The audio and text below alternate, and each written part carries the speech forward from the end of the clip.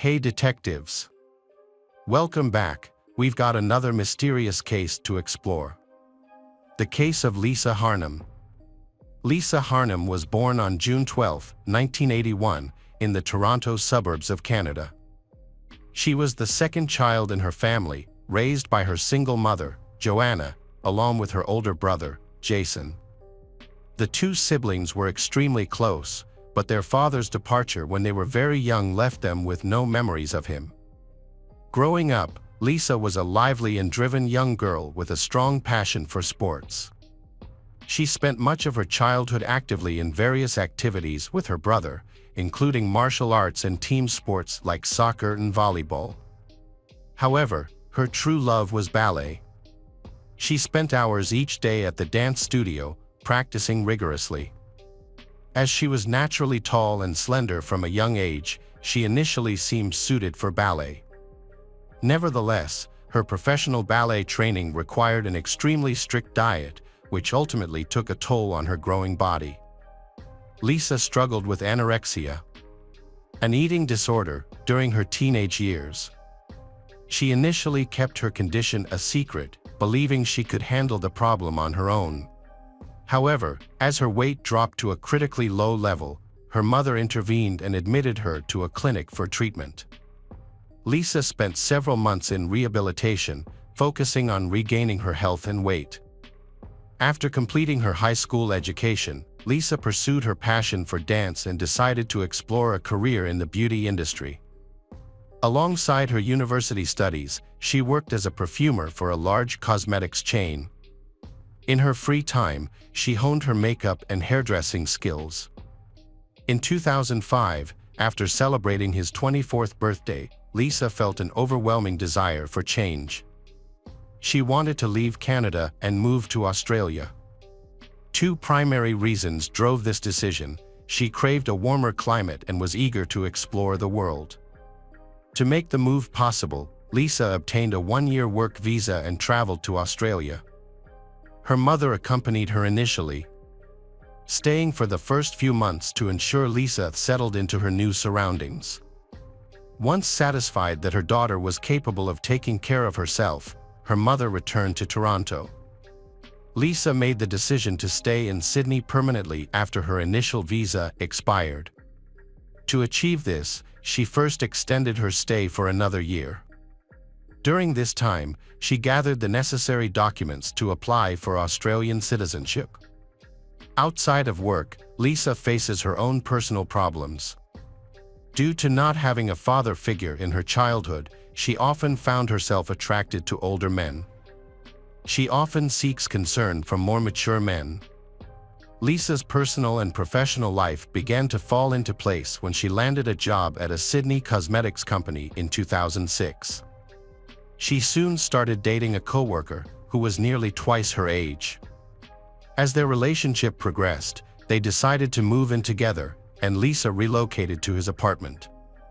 A few months later, they took the next step, and Lisa introduced her boyfriend to her mother and brother. And they accepted her choice. The couple traveled extensively, visiting destinations like the Seychelles and Paris, and even attending Rio de Janeiro's famous carnival. At one point, the man proposed to Lisa, and she happily accepted. However, their engagement was short-lived. About a year later, the couple broke up. While Lisa didn't reveal the specific reasons for their split, but she hinted that their age difference was a major factor. In 2010, Lisa completed her education at the Sydney College of Stylists. She secured a job as a hairdresser at a well-known beauty salon, where she quickly gained the respect of her colleagues and the trust of her clients. During this time, Lisa starts dating a new boyfriend. However, it came to a swift end when she discovered he was married. As she didn't want to damage someone else's family, she ended the relationship promptly. Before the breakup, he introduced Lisa to a businessman named Simon Gitney at a party. Unfortunately, this introduction had severe consequences for Lisa. Simon Gitney was born in December 1973 in Maryland to an immigrant family from Lebanon who held strong religious beliefs. His parents raised Simon and his 5 siblings with a firm hand. Despite this, Simon struggled with managing his emotions from a young age, frequently experiencing intense anger outbursts and displaying possessive tendencies. He could not stand rejection and often resorted to violence. Simon's behavior eventually landed him in trouble with the law. Simon's first experience in jail occurred when he was 18 years old. He showed up at his ex-girlfriend's workplace and began harassing her, prompting the store owner to intervene and throw him out. Undeterred, Simon returned with friends and attacked the store owner. Simon physically assaulted him. As a result, Simon was jailed, but only served a short sentence and was eventually released on bail due to good behavior. 3 years later, Simon was arrested again, this time for robbery. Then he resisted arrest. A physical altercation broke out and he bit off part of a police officer's ear. This act put him at risk of a serious prison sentence. Fortunately, the pastor of his family's church intervened on his behalf, which led to Simon serving only a year and a half in prison. Years later, in 2000, Simon got into trouble with the law once more. He was arrested for possessing and distributing illegal substances. Despite the severity of the crime, but he received a relatively lenient sentence and served only 2 years. After his release, Simon appeared to turn his life around. He relocated to Sydney and co-founded a successful luxury women's shoe business with some friends. The business generated a substantial and steady income, quickly making Simon wealthy. He purchased a luxurious home in an upscale neighborhood and a high-end vehicle. Simon made a concerted effort to conceal his troubled past from those around him, including roommates and romantic partners. Simon and Lisa had exchanged numbers at a party, and he soon followed up with a call. They started with casual conversations.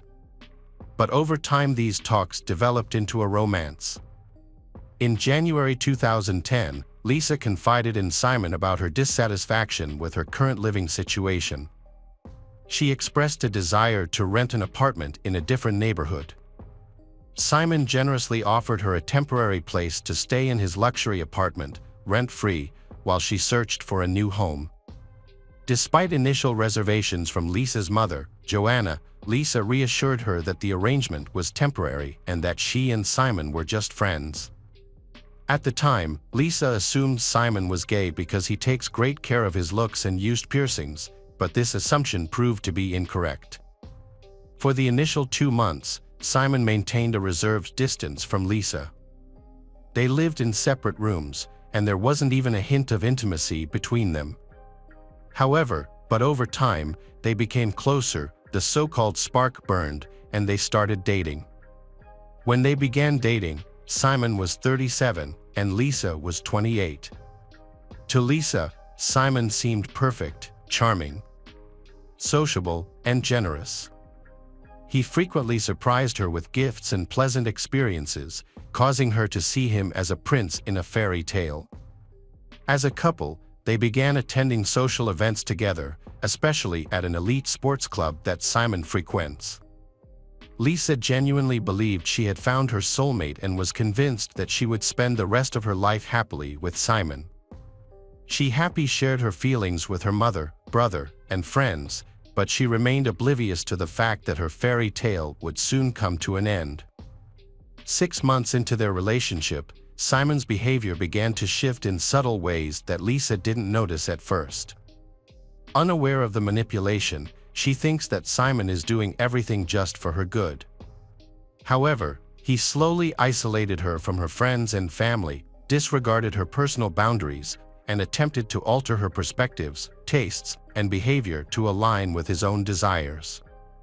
In June 2010, shortly after Lisa's 29th birthday, Simon started pressuring her to leave her job at the beauty salon.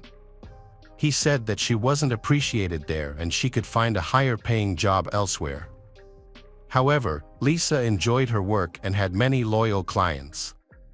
She was also satisfied with her income and didn't see a reason to quit, so she refused Simon's suggestion. Simon was not satisfied with Lisa's decision. In August, he took drastic action. He showed up at her salon, causing a huge scandal, forcing her to quit. Despite Lisa was shocked and disappointed by Simon's behavior, but he convinced her that she no longer needed to work, as his income would be enough to support them both comfortably. He reassured her that they could afford anything they wanted and live a life of luxury. A month and a half later, Simon and Lisa moved into a high-end apartment on the 15th floor of an elite residential complex. Unbeknownst to Lisa, the apartment was filled with hidden surveillance cameras, allowing Simon to monitor her every move. He further tightened his grip on her by giving her a smartphone and laptop that he had pre-installed with spyware. The spyware enabled Simon to track Lisa's messages, emails, calls, and movements. He also gained access to her social media accounts, which he manipulated by deleting posts and photos, reading her private correspondence, and controlling her friend list. As time passed, Simon's control over Lisa grew, but he cleverly made it seem as though she was making her own decisions. In reality, he had invaded every aspect of her life, leaving her with no sense of privacy. Simon exerted control over Lisa's appearance by prohibiting her from wearing cosmetics, deeming her makeup too bold and unrefined. He also purchased unflattering clothing in dark colors, discarding her existing wardrobe due to its revealing nature, which he believed would attract unwanted male attention. Lisa's movements were restricted as well. Simon would only allow her to leave the apartment if he accompanied her, and even then, they only visited places he had selected. He also barred her from going to the gym, instead buying her expensive exercise equipment for home use, citing this as a suitable alternative. Simon's control extended to Lisa's social life, causing her to lose connections on social media. As her online connections dwindled, Simon eventually convinced her to delete her accounts altogether. Lisa had lost touch with her friends, and her interactions were under constant surveillance. The only people she was allowed to communicate with were her mother and brother, with Simon's permission. When Christmas 2010 approached, Lisa planned a trip home to Canada to spend the holiday with her family. Initially, Simon intended to join her, but then because he was busy with work, he couldn't go with her. Despite his reservations, Lisa persuaded him to let her travel alone, as she had not seen her loved ones in over a year. Simon eventually agreed, but only on the condition that she adhere to a strict set of rules he had established for her trip. Her brother Jason and her mother, Joanna, were shocked by the transformation in Lisa over the past year. Gone was the bright and cheerful beauty she once was. Her appearance had changed in every way. Without makeup, her face was barely recognizable. Her luxurious hair is tied into a ponytail and hidden under a headpiece. Her clothes were now baggy, unflattering, and black. However, it was not just her physical appearance that was alarming. Lisa's behavior had also changed significantly. She would flinch with anxiety every time the phone rang and rush to answer it instantly. This was because Simon had made it a condition for her. She had to be available to answer his calls at any time, no matter what she was doing. Lisa always stayed at her mother's house, refused to see her friends, and almost never went out, causing her mother Joanna to become extremely concerned. Joanna decided it was time to have an honest conversation with Lisa to understand why she was behaving this way. During this conversation, Lisa broke down in tears and confessed that her boyfriend Simon constantly monitored her activities, knowing who she associated with, who she talked to on the phone, and what they discussed. Lisa also revealed that Simon controlled many aspects of her life, forbidding her from working, seeing friends, going to the gym, or have any preferences. As a result, she had lost touch with all of her friends.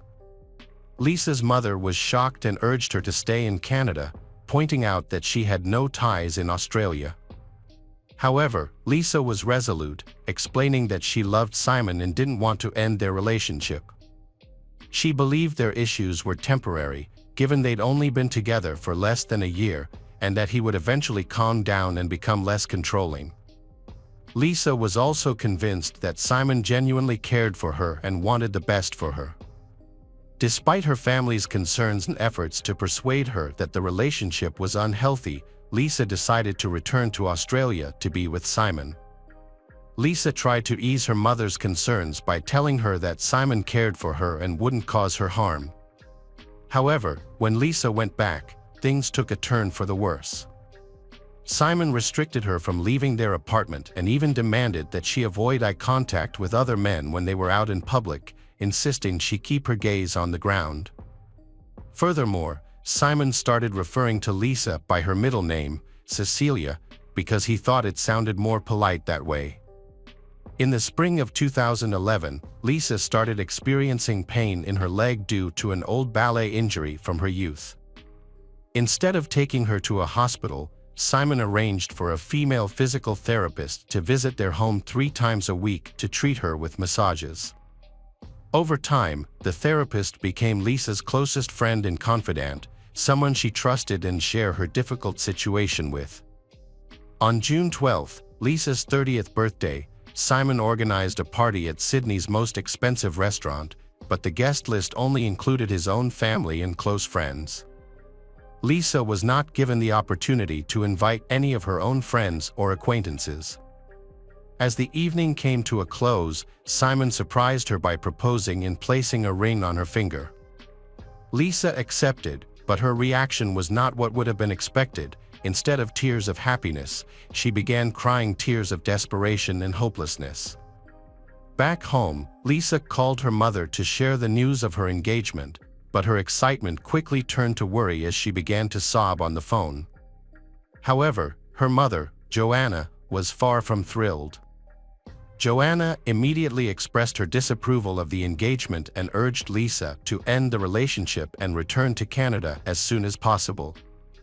Lisa pleaded with her mother to stop discussing the matter over the phone, because Simon might be eavesdropping on their conversation. Lisa tries to distract herself with thoughts about their upcoming wedding.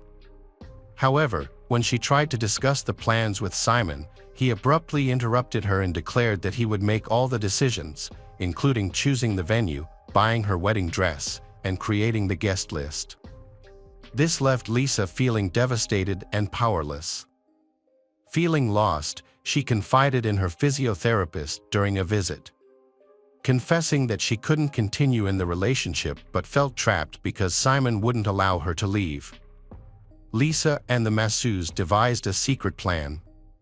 Each time the masseuse visited, Lisa discreetly gave her some of her possessions for safekeeping, making sure Simon didn't suspect a thing. On July 28, Simon left his laptop behind in the rush, an unusual mistake since he always carried it with him. Seizing the opportunity, Lisa accessed the laptop and discovered her worst fears. She found a spyware program that allowed Simon to monitor all the data from her phone. Lisa was discovered recordings of her conversations with her mother and surveillance footage from cameras in every room of their apartment. Fearing for her well-being, Lisa used the masseuse's phone to call her mother and ask her to get on the next flight to her apartment and take she home. However, Joanna was unable to leave work immediately, as she had to arrange a shift swap with a colleague. Joanna would later deeply regret the delay this.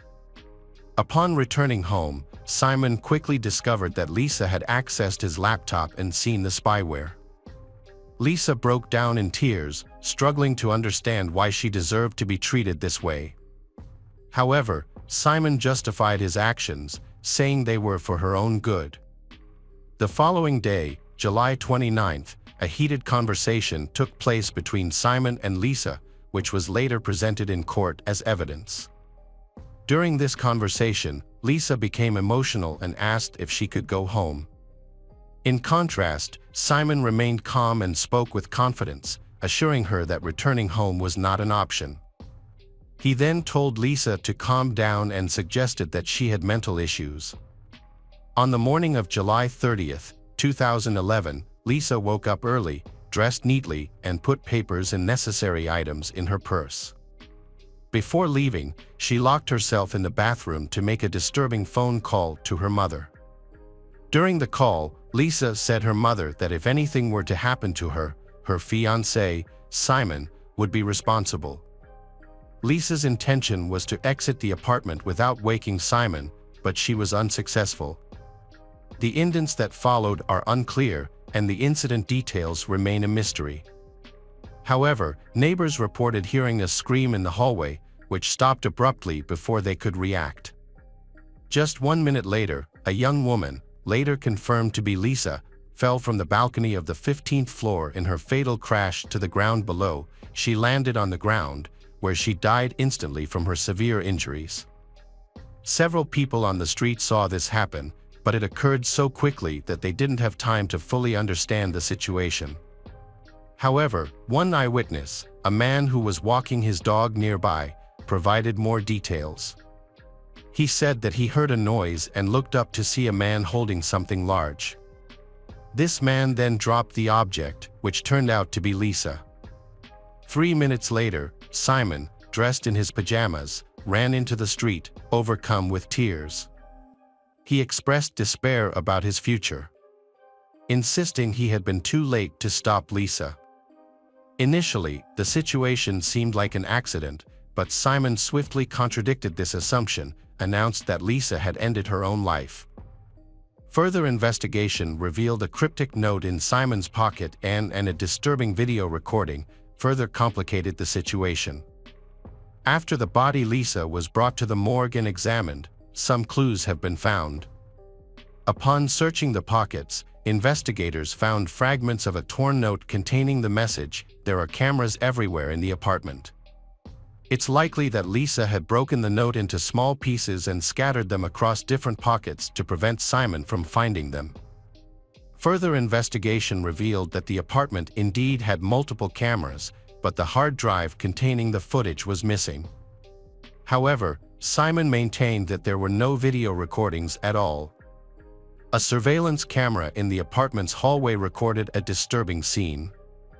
Approximately 1 minute before Lisa's fatal fall, the footage shows her desperately running out of the apartment and calling for help. However, Simon quickly grabs her from behind, covers her mouth, and forcibly drags her back inside. This incident is believed to be connected to the scream heard by the neighbors. Investigators also discovered evidence on Simon's laptop, including a recorded conversation he and Lisa had the night before her death, as well as spyware software he used to secretly monitor her activities. Simon stated that he and Lisa had a disagreement that morning, resulting in her becoming hysterical. She initially fled to the hallway, screaming, but he calmed her down by bringing her back inside, fearing a scene in front of the neighbors. Moments later, as Simon was about to call Lisa's mother on the phone, Lisa went out to the balcony and fell. Simon claimed that Lisa once mentioned ending her own life, but he had not taken her threat seriously. He explained that his decision to install spyware was largely driven by his genuine concern for Lisa's well-being and safety. During the trial, Simon was accompanied by his new girlfriend, Rachel Louise, 22 years old, a model who bore a striking resemblance to Lisa. However, it was later suggested that Rachel simply wanted to make a name for herself through this case, so she was willing to talk to the press and appear on television, claiming Simon would never harm a woman. Meanwhile, Simon's lawyers presented a defense that suggested Lisa had a history of mental health struggles, including anxiety and anorexia, for which she had received treatment at a clinic. They imply that these things were the cause of her death. The defense argued that Simon was of short stature, so he could not have lifted Lisa himself, because she was taller than him, thus he would not have been able to throw her off the balcony. However, a trainer from Simon's gym disputed this claim, stating that Simon lifts heavy weights, so he is much stronger than he looks and can easily lift Lisa. This assertion was supported by the absence of Lisa's fingerprints on the railing and glass barrier, suggesting she could not have jumped on her own as she would have needed to lean on them. The physiotherapist who had treated Lisa took the stand, providing crucial testimony about the abuse Lisa had suffered and the items she had left behind in an attempt to escape. This testimony played a crucial role in the trial. As a result, Simon Gidney was convicted of murdering his fiancée, Lisa Harnum, and sentenced to 26 years in prison, with the possibility of parole after 18 years. Following the verdict, Rachel Louise became enraged, insulting the judge, and was subsequently removed from the courtroom. Simon and his lawyers made multiple attempts to contest the court's ruling, but they were unsuccessful, and the original verdict stood. Following the verdict, Rachel broke up with Simon. She said in an interview that they found it difficult to maintain a relationship because he was in prison, although she continues to believe in Simon's innocence. Hello friends, welcome to our channel. Today we're going to take a look at another horrible case with you. The case of Elle Edwards. Elle Edwards, a 26-year-old woman, she was a vibrant and beautiful young woman who worked as a cosmetologist at a local beauty salon and assisted a dermatologist. Her positive attitude and kindness have helped her win the hearts and satisfaction of all her customers, even the most difficult ones. Edwards is a highly skilled beauty professional, known for being cheerful and always smiling. At the same time, she was determined and constantly working towards her goals and dreams. On December 24, 2022, her sister Lucy flew in from Dubai to spend the holidays with their family, and Edwards eagerly awaited her return. To celebrate this special occasion, Edwards, her sister, and their friends decided to go to the local pub in Liverpool's Wallasey Village, UK. Here they were having a fantastic time, laughing, dancing, and singing karaoke in a joyful atmosphere. Without their knowledge, someone with ill intentions was nearby. As they exited the pub at approximately 11:50 p.m., someone placed an emergency call. Shortly thereafter, a minimum of 12 shots were fired. Edwards was struck by 2 bullets, and she's suffering a severe head wound. The emergency services were immediately dispatched to the scene. They quickly loaded Edwards into an ambulance and rushed her to the local hospital. Unfortunately, she succumbed to her injuries en route, as they were fatal. When the police informed Edwards's family of the tragedy, they were shocked and disbelieving. No one could comprehend how this could have happened to Edwards, a beautiful and lively young woman. It was unthinkable that she could have had enemies who wished her harm. In the early stages of the investigation, detectives had no leads. The attacker launched a surprise assault and then quickly disappeared, leaving behind a single shell casing in the victim, who was severely bleeding at the location where the crime occurred. The assault was swift yet clearly premeditated, affording Edwards no opportunity for survival. However, it was unclear whether the attacker meant to target Edwards or if Edwards was simply in the wrong place at the wrong time and got hurt by someone who was mentally unstable. A car of unknown origin pulled up near the entrance of the pub, and shortly thereafter, gunfire erupted. Apart from the fatality, 4 other men sustained gunshot wounds of varying degrees. All of the victims were young adults, aged between 22 and 33. Police initially believed Edwards may have been a random victim of the attack. It was known that criminal gangs operated in the area and the shooting might have been a confrontation between gang members. However, this was just speculation that needed to be confirmed or ruled out during the investigation. To learn more, the detectives looked into Edwards's background. Like the witnesses, Edwards's relatives had no idea who would want she dead. The detectives planned to speak with more witnesses and those who had been shot at by the unknown criminal. They also asked the pub owner for security footage.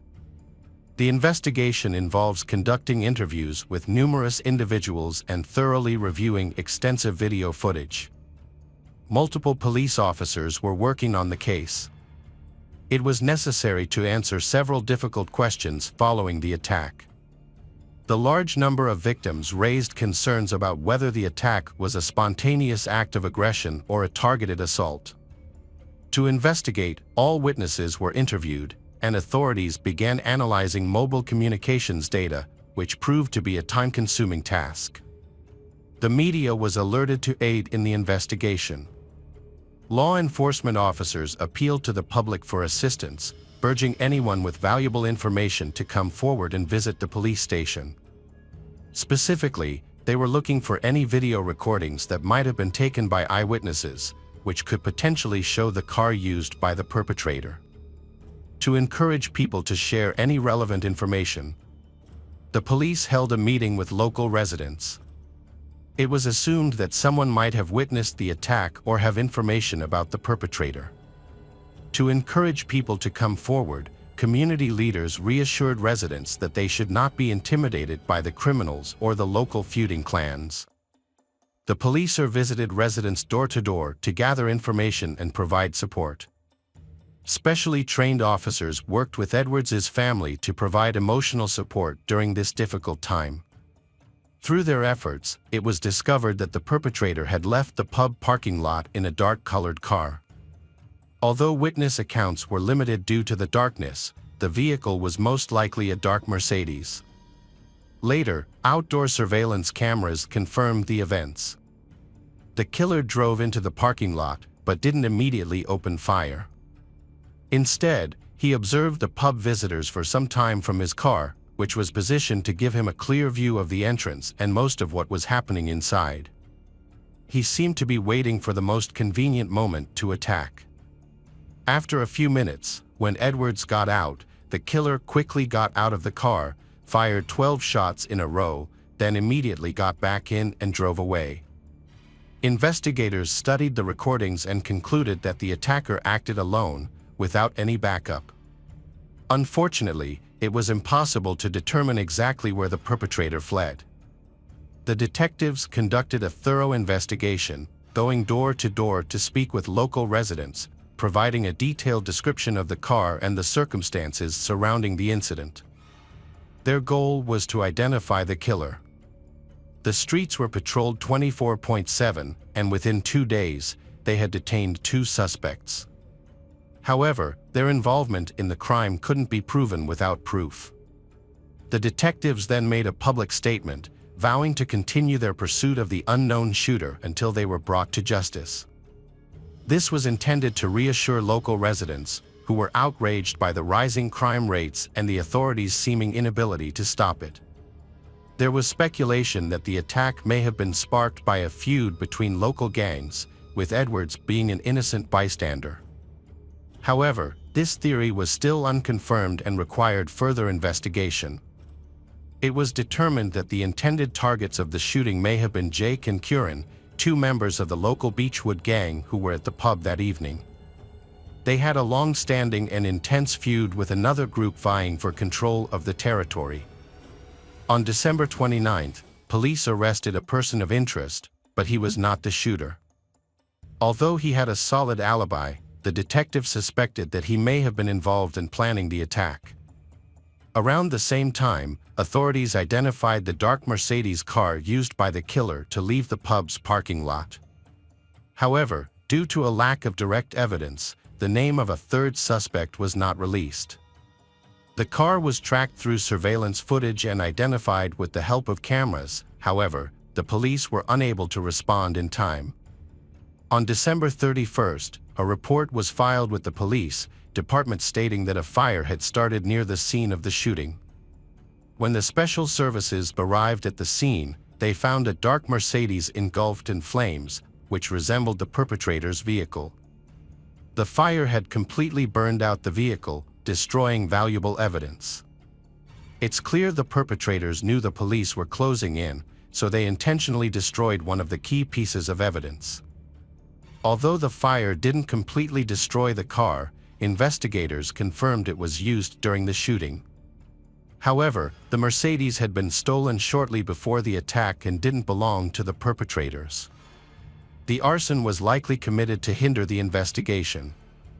Following the January 11th murder, police took 2 more suspects into custody in Central Wales, Connor Chapman, 22, and a 23-year-old woman.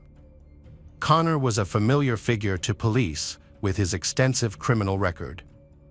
Before the murder of Edwards, Connor began his downward spiral into a life of crime with increasingly bold lawbreakings. His early offenses included a car theft under severe circumstances, and he was repeatedly suspected of robbery, hooliganism, and making threats. At one point, Connor led police on a high-speed chase before ditching the car and hiding in nearby bushes. Upon being caught, he feigned innocence, claiming he had no idea what the officers were talking about and was simply waiting for a friend.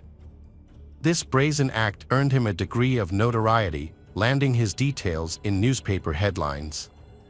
Connor Chapman, a resident of Birkenhead, Liverpool, was raised by his grandparents after being abandoned by his parents at a young age.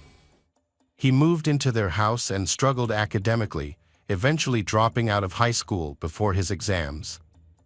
As a teenager, Connor was considered a troublemaker and had his first brush with the law in 2014, when he was 14 years old, for shoplifting. 2 years later, in 2016, Connor committed another offense by stealing a car. He was caught driving the stolen vehicle without a license or insurance, violating the terms of his suspended sentence. In 2017, he was convicted of possession of a controlled substance, while also violating a restraining order by entering areas of the city he was banned from, all under police surveillance. Connor was prohibited from appearing in public due to the risk he posed to society. However, in 2018, he disregarded the ban and was detained by the authorities while in possession of a knife and banned substances. The same year, Connor Chapman came to the attention of the general public after a failed attempt to evade the police in a stolen vehicle. The incident occurred when the city patrols spotted a stolen Audi and instructed the driver to stop and exit the vehicle with hands raised. However, 18-year-old Connor refused to comply, leading to a pursuit. During the brief chase, Connor committed multiple traffic offenses, including exceeding 80 km/h in 30 km/h zones, repeatedly driving into oncoming traffic, and ultimately crashing into the curb at high speed. The impact sent the car careening to the side and spinning around. Unable to continue, Connor exited the vehicle and fled on foot. However, the patrol caught up with him in the bushes just a few hundred meters away. Connor claimed he was waiting for a friend, but it was clear he was not telling the truth. In court, Connor's lawyer explained that his client had been influenced by a group of older friends who were a bad influence.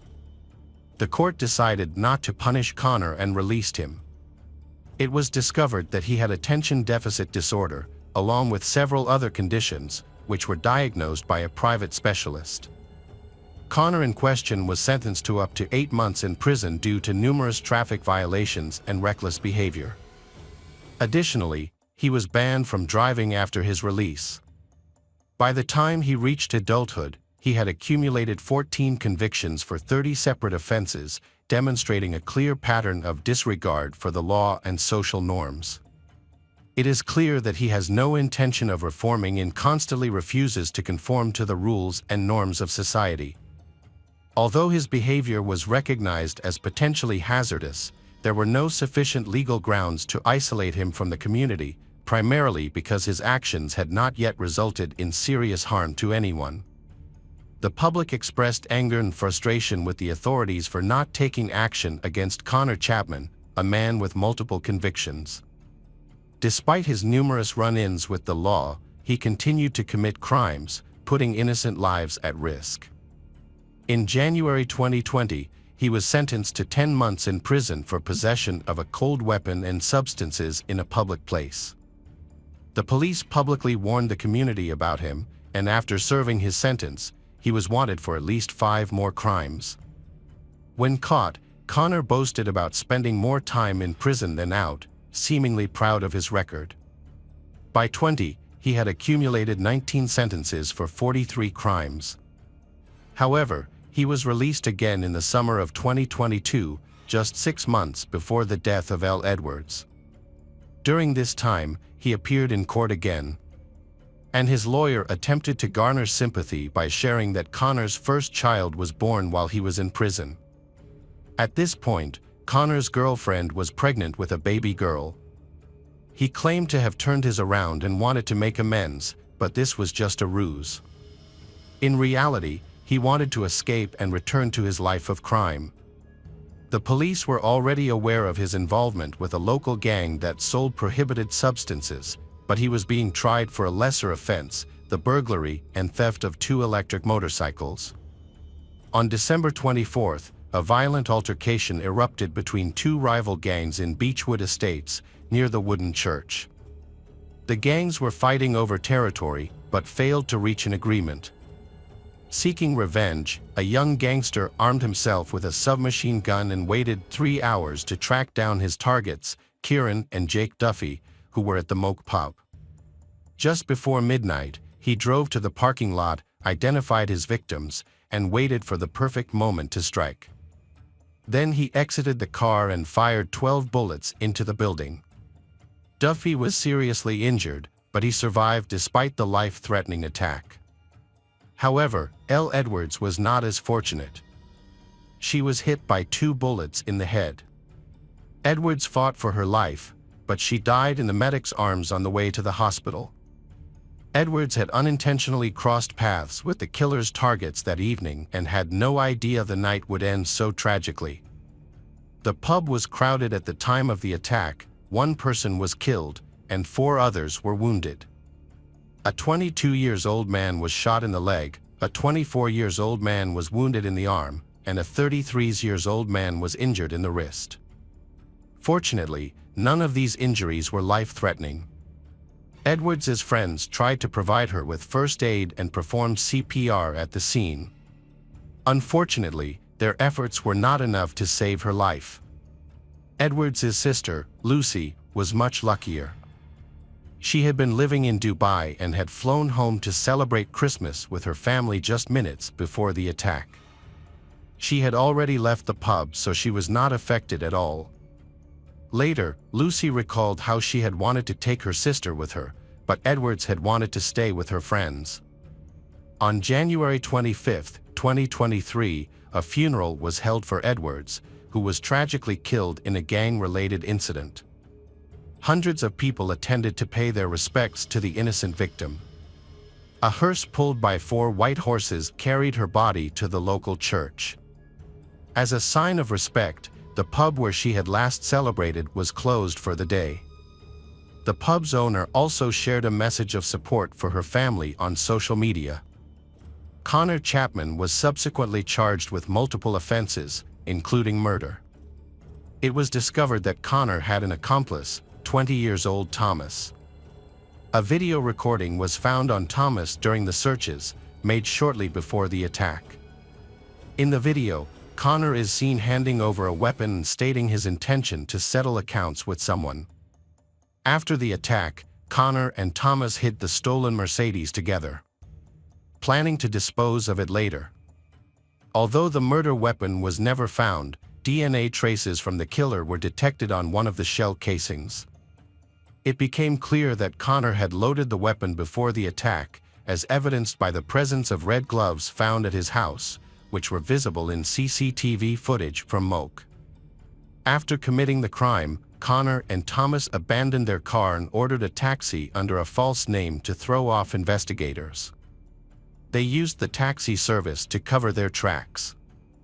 At approximately 5 a.m., they went back to the location where they had hidden the car in order to take additional steps to cover their tracks and hide their involvement. Thomas Nord was found guilty of all charges in July 2023 and received a 9-year prison sentence. The relatively lenient sentence was due to his limited prior criminal history compared to Connor. Jake and Kieran, members of the local Beechwood gang, were wounded during the attack but managed to survive. Given their gang affiliation and the ongoing conflict with a rival group, the violent incident was not unexpected. It became known that on December 23, 2023, Connor Chapman's group, including Kieran and his friend, were attacked and beaten by another individual from the same group. Although they did not receive serious injuries, this incident occurred just a day before they were attacked with firearms. At the time, they seemed to view the beating as a random altercation and subsequently went to a pub to relax. After the shooting incident, while the shooter, Connor, awaited sentencing for the murder of an innocent victim, Kieran and his friend were already imprisoned. Kieran received a 27-month sentence for attacking members of a rival criminal group and an additional 9 months for the fight. His friend was sentenced to 2 years and 9 months for a similar offense. It appeared that Kieran and his friend were attempting to avenge the attempted murder. As a result, prohibitive court orders were issued against them, imposing various restrictions. Although this approach did not prevent the gang from engaging in further criminal activities, it did provide a basis for more severe punishment if they continued to disregard the court orders. The public was outraged that gang members received lenient sentences despite committing multiple crimes. It became clear that the existing bans were ineffective in maintaining public safety. For instance, Connor was banned from visiting the area where the pub was located, but he still managed to steal a car and enter the pub despite having a driving ban. During the trial for L. Edwards' murder, Connor attempted to dispute the claim that he was the person seen in the CCTV footage. He claimed that at the time, he was at home wrapping Christmas gifts. Nevertheless, sufficient evidence was collected to expose the facts. The hearings lasted 3.5 weeks, exposing all the incident leading up to the attack. It was discovered that the motive behind the attack was a turf war between two rival gangs. Connor had no connection to L. Edwards, he was completely indifferent to her fate, as well as the fate of the other innocent people in the bar. He was driven solely by uncontrolled rage. After attempting to murder two rivals, Connor planned to escape to Spain to evade capture. He used a stolen car and disposed of the murder weapon, trying to avoid detection by the police. He also avoided using public transportation. Ultimately, detectives apprehended Connor at the airport. After being arrested, Connor attempted to mislead the police by stating that the Mercedes he was seen driving on the day of the murder was not stolen. Instead, he claimed it was a shared vehicle used by his criminal group for distributing substances. He denied being the driver and continued to try to convince the jury that he was not the one who opened fire that evening. In a desperate bid to escape the consequences, Connor claimed he had only just discovered that someone from his group had used the vehicle to attack the pub. Before the jury deliberated on the verdict, L. Edwards' father gave a heartfelt speech, expressing his hope that the perpetrator would never be able to spend Christmas with his loved ones as a free man again. The jurors, comprised of P. Asen and Sim Janine, reached a unanimous verdict after 3 hours of deliberation. They found Connor Chapman guilty of all charges, citing that he had committed the crime with callous disregard and showed no remorse for the accidental killing of L. Edwards, taking away her promising life. Rather than showing regret, Connor spent several days systematically eliminating all evidence and traces of the murder that could implicate him. The motive behind the attack was attributed to a rivalry between criminal gangs. On July 7, 2023, Connor was sentenced to life imprisonment with the possibility of parole after serving 48 years of his sentence. After the verdict was announced, L. Edwards' father raised his fist in triumph. However, the incident sparked widespread public outrage. The city's residents felt unsafe knowing they were caught in the middle of a turf war between rival gangs. These gangs possessed a large number of firearms and had shown a willingness to use them, as evidenced by L. Edwards' murder. Hello, crime enthusiasts. Are you ready for another chilling investigation? The case of Michelle Avila. Michelle Yvette Missy Avila was born on February 8, 1968, in Arleta, Los Angeles. She grew up in a family with a mother and 3 brothers. Michelle attended San Fernando High School with 2 of her close friends, Karen Severson and Laura Doyle. However, their friendship began to deteriorate when they entered high school. Thanks to her beauty and popularity, Michelle attracted a lot of attention from her peers, especially boys. Michelle's prominence made Karen and Laura increasingly jealous. Afterwards, a false rumor spread that Michelle had been involved with several guys who were already in relationships. This malicious gossip incited violence against Michelle outside of school. The assault was so serious that when she returned home, her parents immediately charged the ringleader of the assault, Sonia Bon, and took her to court. Michelle was scheduled to testify against Sonia in court on October 8, 1985, but unfortunately, she never got the chance. This was due to a series of events that took place in early September. A rumor that had been circulating for a year, accusing Michelle of having had an affair with her friend's boyfriend, resurfaced and caused a rift between Michelle and her best friends, Karen and Laura. The tension started when Michelle started dating a guy named Randy during their senior year. However, Michelle ended the relationship after only a month due to Randy's constant partying. Not long after the breakup, Karen started dating Randy and the two moved in together. Despite his relationship with Karen, Randy still had feelings for Michelle, which Karen discovered when she saw him flirting with Michelle. Michelle rejected Randy's advances, making it clear that she was not interested in rekindling their affair. Michelle advised Karen to reconsider her relationship with Randy and find someone better. Karen was furious, and Karen and Laura decided to confront Michelle at a neighboring park, causing rumors to spread once again. Michelle tried to reason with Karen and Laura, explaining that she would never betray their trust and that these were just false rumors from the previous year. Witnesses said Karen yelled at Michelle, threatened her with a broken beer bottle, pushed her to the ground, and slapped her before leaving with Laura. This encounter occurred just 10 days before Michelle was murdered. After the incident, Laura apologized to Michelle, and they decided to put their conflicts aside. However, Karen did not apologize to Michelle until October 1st, when she finally apologized for her reaction to Michelle. Michelle was grateful for the apology because she missed her friends so much. The three friends then made plans to meet at Stonehurst Park later that day. On October 1st, 1985, Michelle told her mother that she was going out with friends and was allowed to go on the condition that she be home by 6 p.m. Michelle waited outside for Laura to pick her up. When Laura arrived, they drove around a bit before arriving at Stonehurst Park, where they parked and waited for Karen to arrive. A few minutes had passed, and Karen had driven into the parking lot with another friend named Eva, who had been sitting in the passenger seat. As soon as Karen had arrived, she had driven her car very close to Laura's car and had rolled down the window. She had started shouting at Laura, who had rolled down her window and yelled back.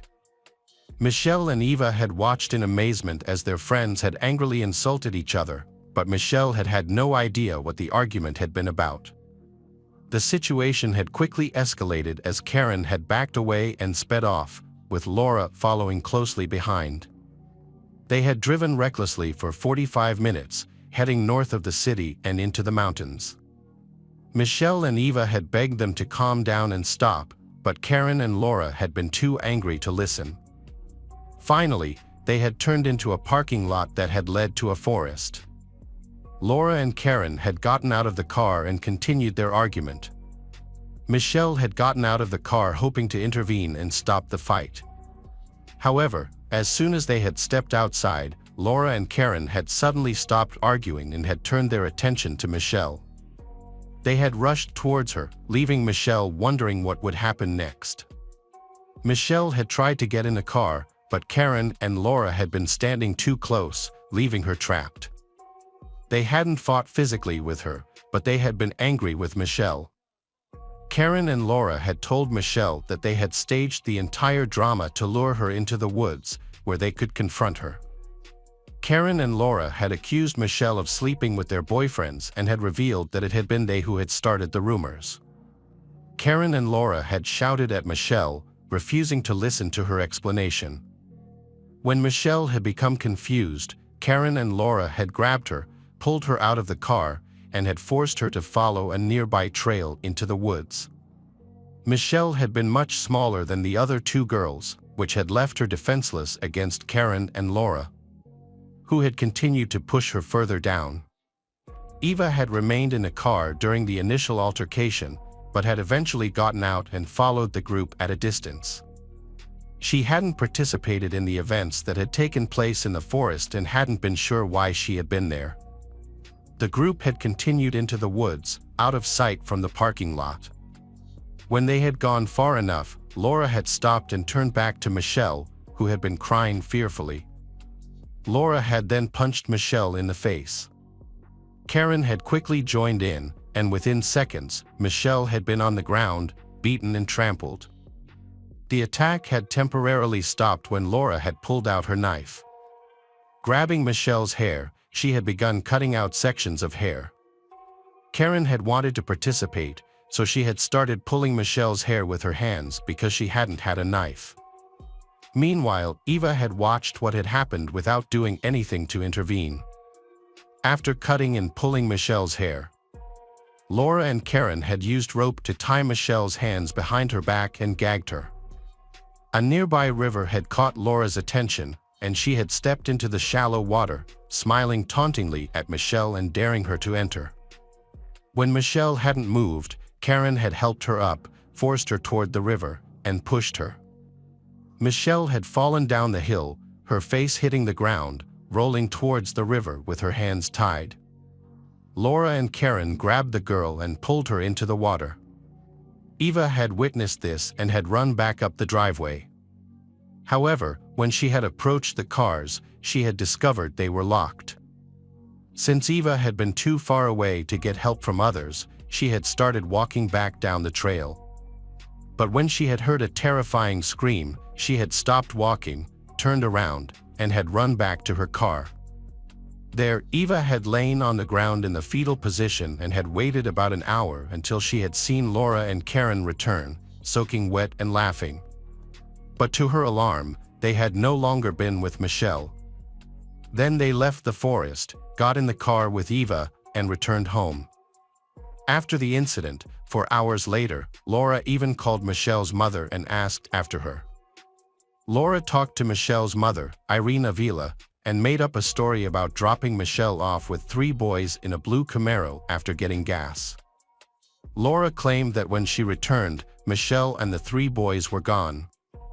On October 4, 1985, Michelle's body was found face down in a stream in Big Tahunva Canyon, in Angeles National Forest, by a group of hikers. They then informed the police. Upon arriving at the scene, police found that Michelle had been drowned in 8 inches of water.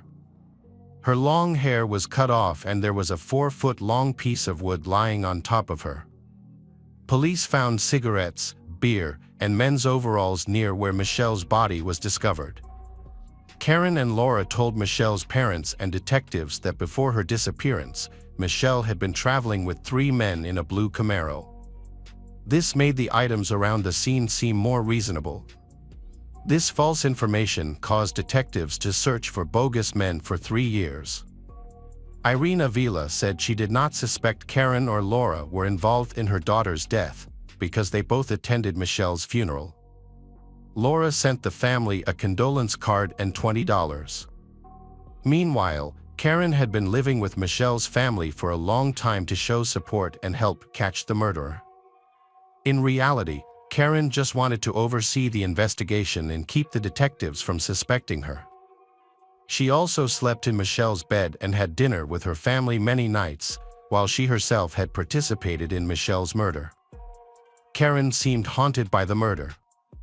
She regularly visited Michelle's grave several times a week, covered her room's walls with photos of Michelle and newspaper clippings about the crime, and constantly visited the creek where Michelle's body was found. One time, Karen told Irene that she saw Michelle's ghost. Detectives had no leads and the case languished for 3 years. By July 26, 1988, Eva Carambolo, the girl who had unwittingly participated in Michelle's murder, finally decided to report everything to the police. She explained the rumors that had been circulating about Michelle, the disagreements between her, Laura, and Karen, their anger, their jealousy, and every detail of the murder she knew. It took Eva a long time to report the incident because she was threatened by Laura and Karen. They told her not to say anything about what she saw, and she feared they would kill her. Finally, in March 1990, Karen and Laura were convicted of second-degree murder and sentenced to life in prison with the possibility of parole after 15 years. The jury did not believe the murder was premeditated, so they rejected the first-degree murder charge. After serving 21.5 years, Karen was released from prison on December 9, 2011. Laura was also released from prison in December 2012 after serving 22 years. Karen attempted to write a memoir about the murder and her life in prison. However, the book did not achieve the expected success. She also planned to make a film about her story but faced opposition from Avila's family. This incident prompted the state of California to pass Missy's Law, requiring organizations that help publish criminals' works to contact victims' families about those works. Missy's story has sparked much debate about the impact of bullying, the complexities of teenage relationships, and the importance of fostering an environment of empathy and kindness. Michelle Yvette, Missy, Avila's legacy will be one of resilience and hope. We hope that her memory will inspire us all to stand up against bullying, support those affected by betrayal, and work towards a future where understanding and empathy prevail. Hello friends, welcome to our channel. Today we're going to take a look at another horrible case with you.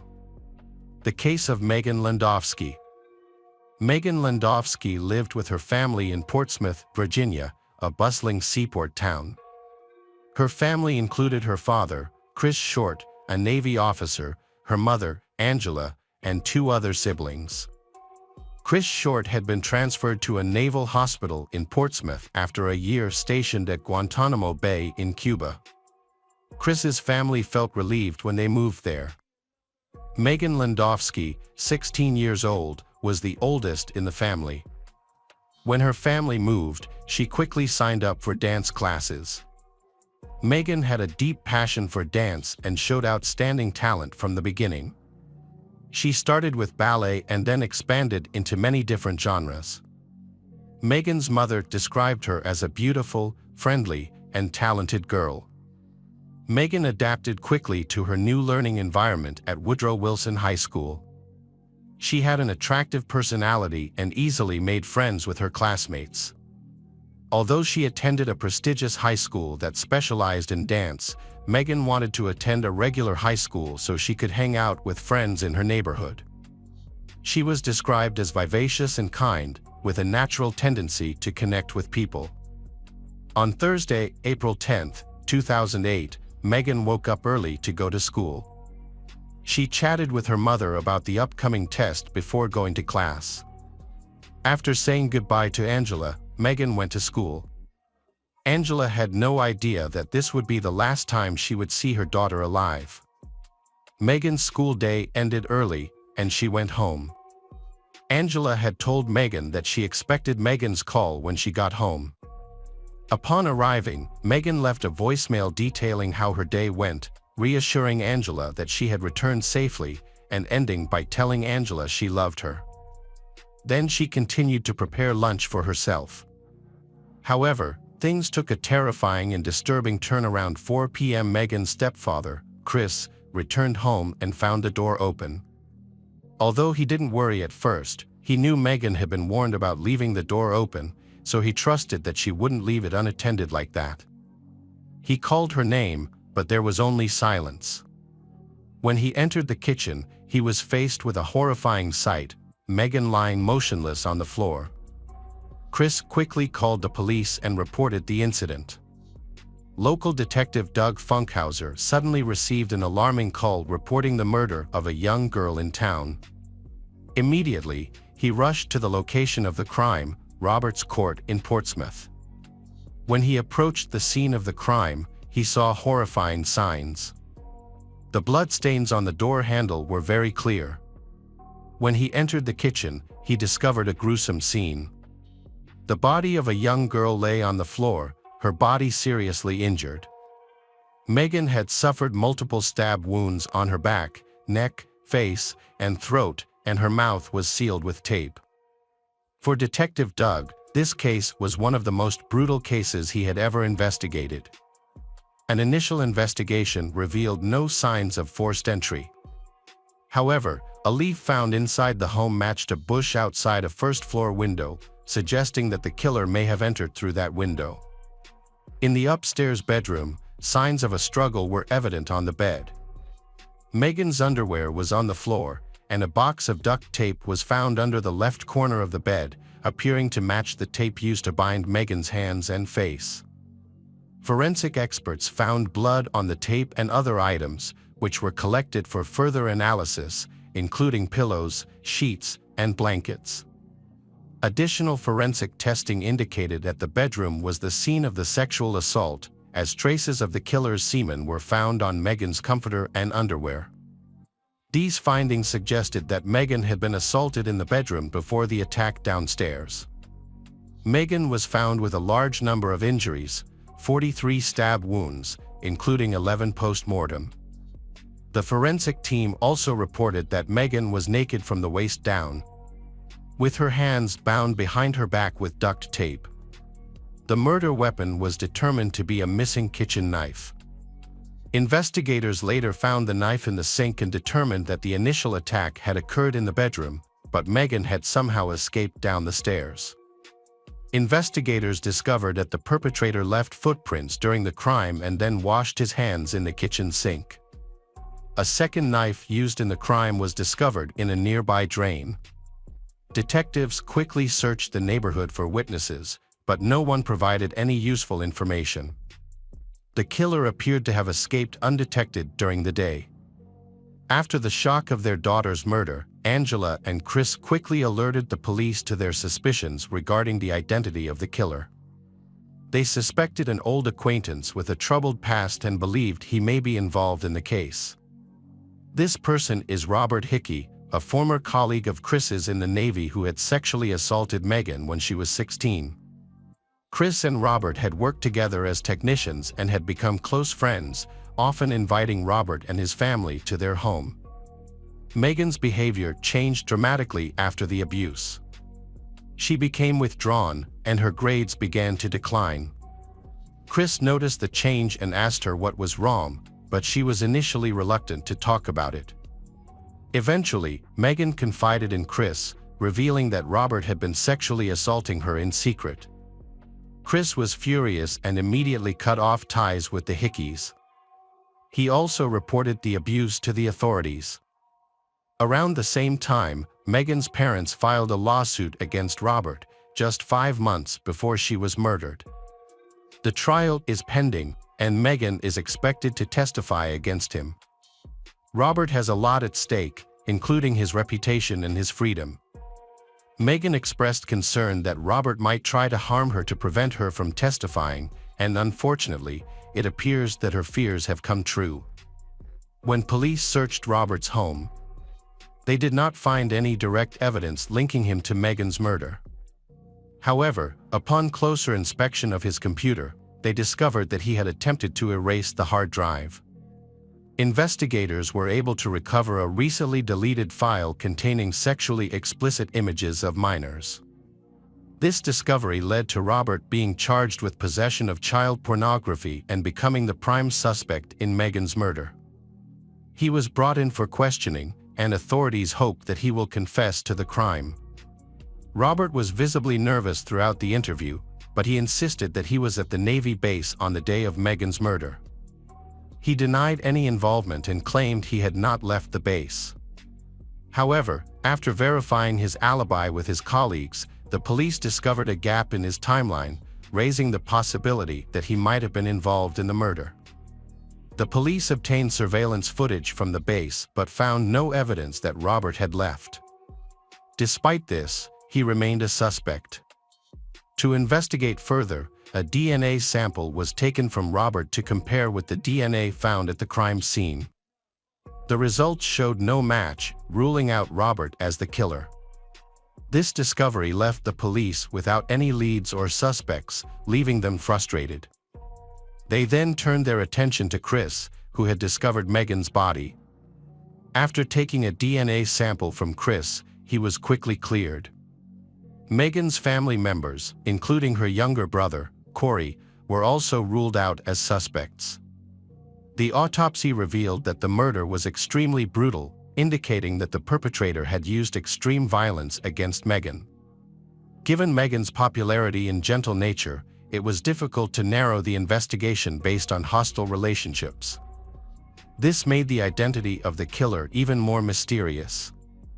The investigation into Megan's case did not produce any suspects. Detectives focused on Megan's life at school and interviewed each of her friends.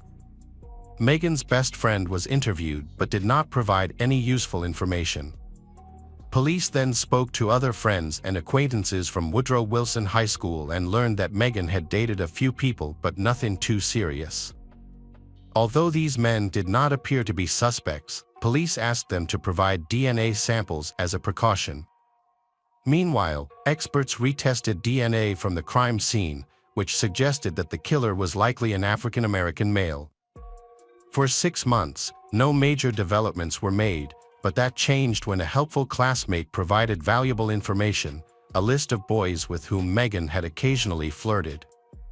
Police looked through the list and found that they had spoken to all of the boys on the list, except for one, a 17-year-old named Robert Lee Barnes. Megan and Robert Barnes were both in the performing arts program at Churchill High School. Megan confided in her friend that she believed Robert might have a crush on her. At school, Robert was considered an excellent violinist, and as a student, he had always earned good grades, exhibited exemplary behavior, and had no disciplinary problems. As one of Megan's friends, Robert visited Megan's home several times, showing respectful behavior during these visits, and Megan's parents were very fond of him. When the police questioned Robert about Megan, he described her as a kind and pleasant person and was shocked that someone would want to harm her. He mentioned that he and Megan had attended shows together and occasionally hung out. However, towards the end of the interview, Robert's demeanor changed when he was asked to provide a DNA sample. Unlike Megan's other classmates, who were cooperative with the request, Robert hesitated and then refused, which aroused the suspicion of the investigators. Robert said that his mother did not allow the DNA test, but the police informed him that his parents' permission was not required because he was almost 18 years old. However, Robert still refused. This refusal made the investigators feel uncomfortable and suspicious that something was wrong with Robert. Therefore, after the interview ended, the investigators suggested that he talk to his mother and try again. The day after the initial investigation, Robert contacted the authorities to request a meeting. When asked if he had obtained his mother's permission, he replied that he had not, but he had given them a piece of his chewing gum as a DNA sample. Robert removed the gum from his mouth, placed it in a rubber glove, and gave it to the investigators. Despite this, the investigators remained suspicious of Robert. The DNA lab then contacted the detective to inquire about the sample's source. After confirming that Robert had indeed placed the gum in the glove, the lab questioned whether he had been continuously monitored while providing the gum. This investigation was prompted by the surprising fact that the DNA on the gum matched that of a woman. It turned out that Robert had switched the gum he was chewing with another piece before handing it to the investigators. On October 23, 2008, Robert was called in for questioning again, this time with his mother. When confronted with the DNA findings, Robert was asked about the chewing gum. He made a critical mistake by stating, "This happened on Thursday." Up until that point, none of the individuals interviewed by the police knew the exact date and time of the murder. When the officers pointed this out to Robert, he provided an implausible explanation. According to Robert, on that Thursday, Megan had asked him to visit her home. Upon his arrival, Robert claimed to have found Megan being held at gunpoint by a masked individual. The alleged attacker held the gun to Robert, forcing him to tie Megan up. Robert then fabricated a story that he had been compelled to sexually assault Megan.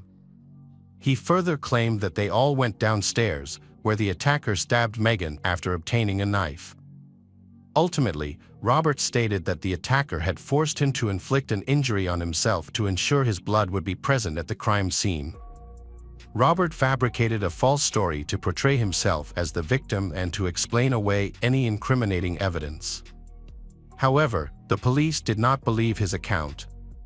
When presented with evidence of footprints found at the scene, the investigator asked Robert why only his footprints were found and not those of the person he claimed had attacked him. Robert's mother intervened, telling Robert to stop talking and asserting that Robert was a good and innocent person. The police then took a DNA sample from Robert. The DNA analysis showed a match between Robert's DNA and the DNA found at the crime scene. As a result, Robert Barnes was arrested for the murder of Megan Landowski. According to police, Robert likely broke into the house through a window that afternoon, surprising Megan in her bedroom. He then attacked her, and when she tried to escape downstairs, he chased her, stabbing her multiple times with a kitchen knife, even after she was dead. After the crime, Robert left the scene and continued his life as if nothing had happened. Investigators believe that Robert became unhealthily obsessed with Megan, who only wanted a friendship. When Robert's romantic advances were rejected, he turned to coercion, which led to a tragic end.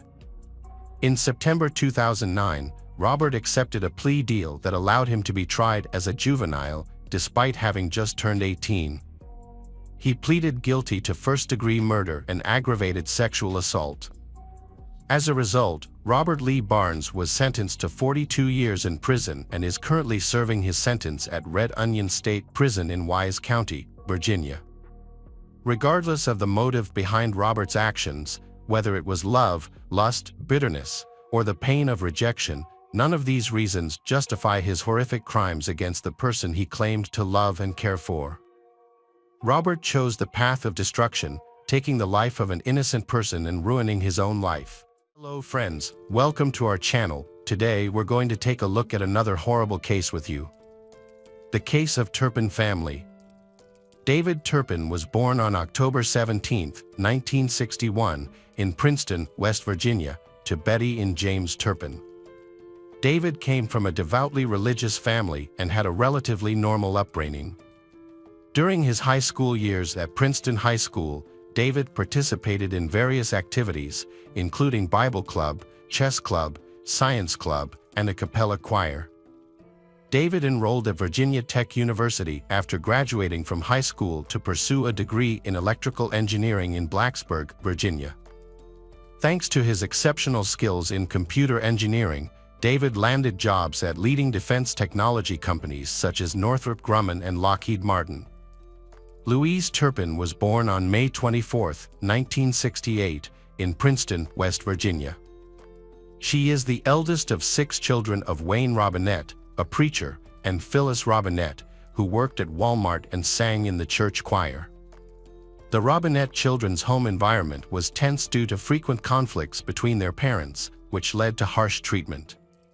Louise and her sisters were sexually abused by a family member as children.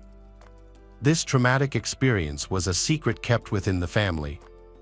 According to Louise's younger sister, Elizabeth, Louise played a protective, gentle, kind, and nurturing role. She comforted her siblings during their parents' violent conflicts and protected them from abusive relatives.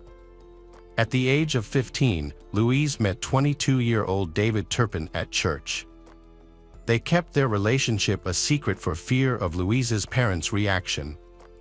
However, when the truth was discovered, Louise's mother Phyllis eventually accepted their relationship, partly because David came from a devout Christian family and Louise convinced her. David and Louise decided to keep their relationship a secret from her father, Wayne, knowing that he would be furious if he found out. In January 1985, 23-year-old David visited Louise's school, Princeton High School, where he had graduated 5 years earlier. He convinced the staff to let him take Louise out of class, and she left willingly with him. They began their journey south, planning to elope. When Louise's parents discovered she was missing, they called the police. Before the police could catch up with them, the couple headed to Texas, where they planned to secretly marry. However, when they were stopped, they agreed to return to West Virginia. When they returned home, Wayne and Phyllis's reactions were surprisingly calm. Initially, Wayne was angry with Phyllis for allowing their daughter, Louise, to date David. However, when he saw how much they loved each other, he realized that it would be difficult to separate them. So Wayne agreed to let them marry on February 11, 1985, in a small ceremony in Petersburg, Virginia. 2 years later, Louise's parents divorced and Louise's father, Wayne, took a job as the chief deputy assessor of Mercer County. After marrying David, Louise began to live more independently and freely. Louise was happy with her new life. In 1988, Louise gave birth to her first daughter, and 18 months later, their second child was born. David was then transferred to General Dynamics, and his family moved to Fort Worth, Texas. They settled in a modern neighborhood called Meadow Creek. Louise's family lived a lavish lifestyle thanks to David's high-paying job. Louise, eager to show off her family's newfound wealth, invited relatives from West Virginia to visit. Having grown up on a tight budget, Louise was happy to show off her current success. To make their visit comfortable, David and Louise paid all the expenses. The Louises welcomed a baby boy in 1991, bringing them even more joy. However, by 1992, the Louises were in debt. Despite their financial struggles, they continued to live a lavish lifestyle. In 1993, Louise became pregnant with her fourth child, a girl. In 1994, Louise's oldest daughter started first grade at Meadow Creek Elementary School. She looked neglected, with greasy, unkempt hair, dirty clothes, and poor hygiene. Her appearance made her the target of teasing by her classmates. In 1995, Louise's family welcomed a fifth child, a boy. Louise's family seemed carefree despite their financial difficulties and continued to splurge on luxuries, treating relatives to expensive meals. When Louise's younger sister Elizabeth joined them on their 1996 vacation in Fort Worth, they stopped at a casino in Louisiana on the way. While at the casino, Louise asked Elizabeth to babysit the children so she and David could gamble. They asked Elizabeth not to tell anyone about this, knowing that it was against their Christian values. During this visit, David and Louise's gambling led to losses. Tensions became apparent when David claimed that Louise had a serious gambling addiction and blamed Louise for their financial difficulties. While staying with Louise's family, Elizabeth was shocked by the family's disturbing behavior. David and Louise did not show much affection for their children and tightly controlled every aspect of their lives. Elizabeth was particularly concerned about David's behavior, as he often invaded Elizabeth's privacy by entering the bathroom while she was showering, making her feel uncomfortable and insecure. In May 1997, the Tuppins had their fifth child. By September of that year, concerns about their eldest daughter and the possible signs of sexual abuse began to grow. In 1998, the family had a sixth child. Although David had a well-paying job, the family's financial situation worsened due to their frequent gambling, which caused significant financial strain. In the spring of 1999, the eldest daughter dropped out of school, as did the other children. Louise and David announced that they were homeschooling their children. In late 1998, the bank foreclosed on the family's home in Fort Worth, so Louise and David moved to Rio Vista, Texas, a less populated area. The new home that Louise and David had in Rio Vista was in serious disrepair when they moved in. It was dirty, stained, and smelled bad. Before moving into the Rio Vista home, the Louises had their seventh child. Over the next 6 years, the family added 5 more children. Over time, the parents, David and Louise Turpin, became increasingly irresponsible and abusive. They physically harmed their children, beating, choking, and whipping them with belts, often for trivial reasons such as not letting them go to the bathroom. The children were also severely neglected in terms of personal hygiene, with some only bathing once a year. Despite purchasing nutritious food, David and Louise often withheld food from their children, forcing them to starve. The parents would tease their children by leaving uneaten meals in plain sight. Instead, the children were fed cheap frozen meals, resulting in severe malnutrition. This neglect was evident in the children's slow development, pale skin, and youthful appearances that did not match their actual ages. In 2004, Louise's family moved to a nicer trailer, leaving behind their old home in Rio Vista, which had become uninhabitable due to years of neglect, garbage accumulation, and rodent infestation. In 2008, Louise Turpin, then 40, had a shocking conversation with her sister Teresa. Louise revealed that she and her husband David had abandoned their Christian education and stopped attending church. Instead, they had become interested in Satanism and used Ouija boards.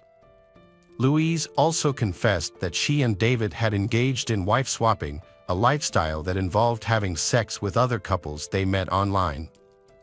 What was even more disturbing was that they often left their younger children at home, in the care of their older siblings, while they went out to meet strangers they had met online. This drastic change in Louise, who had always been caring and responsible, worried her older sister Teresa. Despite their financial struggles, Louise's family often went to Disneyland in matching outfits, taking lots of happy photos. Louise made sure to send these photos to her family and her parents. The only indication to Louise's family that the children were okay was through these photos, which showed them appearing happy despite being very thin. In 2014, Louise's family moved to Paris, California, about 20 miles north of Murrieta. By this time, the child abuse had reached an extremely violent level. David and Louise had tied their children to their beds with ropes. If the children tried to escape, the ropes were replaced with chains and locks. The children were locked in the room for around 20 hours a day, forced to endure the stench that permeated the air. In 2015, the family welcomed their 13th and final child. Soon after, the family traveled to Las Vegas to celebrate David and Louise's 30th wedding anniversary. Faced with the horrors of their living conditions, Louise and David's 17-year-old daughter made the brave decision to seek help by reporting the abuse to the police. She climbed out of the window and quickly called the police on the phone. During a tense 20-minute 911 call, she detailed the deplorable living conditions and the countless abuses she and her siblings endured. With photographs of their desperate situation as evidence, she waited for the police to arrive. When police arrived at the scene, they witnessed a horrifying scene: a severely malnourished girl who appeared to be about 10 years old. The girl led police to the front door, where they found Louise. Upon entering the home, police immediately smelled a strong stench that made it difficult to breathe. Despite the strong odor, police continued to investigate and made a horrifying discovery: 3 younger children chained to beds. The home was in a state of extreme disarray, with trash and dirt covering the floor because there was no toilet access. Police quickly took the younger children to Riverside University Medical Center for evaluation and care, while the older children were taken to Corona Regional Medical Center. David and Louise Turpin were arrested on January 14, 2018, for child abuse and torture. Within 4 days, they faced multiple charges. Each of them was charged with 12 counts of torture, 7 counts of abuse, 6 counts of child abuse and neglect, and 12 counts of false imprisonment. David Turpin also faces a separate charge of lewd conduct with a child under 14. Among their children, a 2-year-old child showed no obvious signs of abuse. In addition to being abused, the children were treated extremely cruelly by their parents. They suffered severe physical abuse that resulted in neurological damage. The children of Louise and David lacked basic life skills and knowledge. Although their parents, David and Louise Turpin, bought them toys, the children were not allowed to play with them. They were forced to stay up until the early hours of the morning, often until 4 or 5 a.m., and were not allowed to go to bed before that time. In 2018, the court took action against the Turpin parents. On January 24, the judge ordered that David and Louise have no contact with their children for 3 years and that all contact be through their attorney. On June 21 of the same year, the court decided that there was enough evidence against David and Louise to proceed to trial.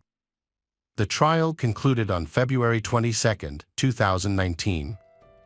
On that day, David and Louise Turpin pleaded guilty to 14 counts including torture, abuse, false imprisonment, and child endangerment. During the trial, David and Louise had an emotional reunion with their children.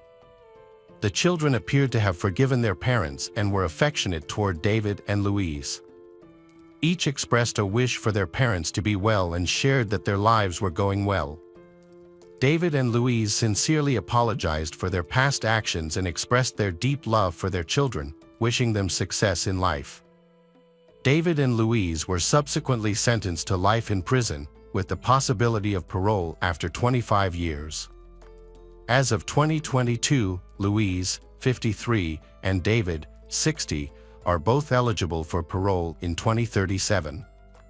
The severe abuse and neglect in their home shocked the community and beyond.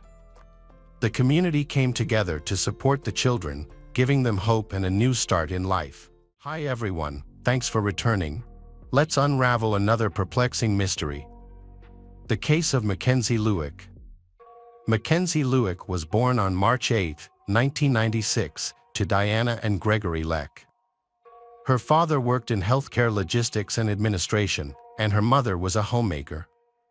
Mackenzie grew up in El Segundo, a city in Los Angeles County, California, with an older brother and 2 younger brothers.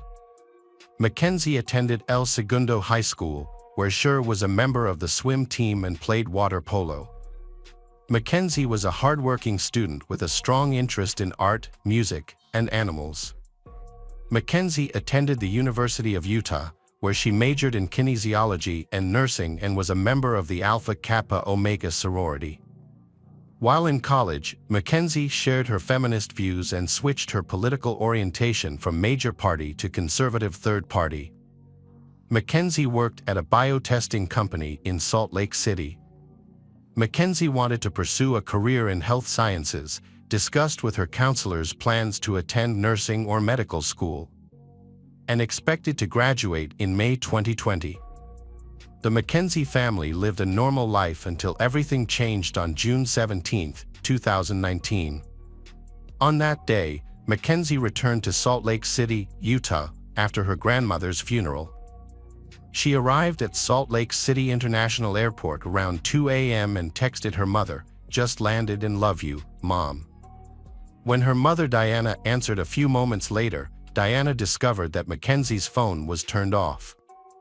Her father Gregory also tried to call Mackenzie but was routed to her voicemail, causing Mackenzie's family to become very concerned for her safety. On June 20th, Mackenzie's parents realized that her friends had not seen or heard from her either. Mackenzie's friends reported her missing to the Salt Lake City Police Department.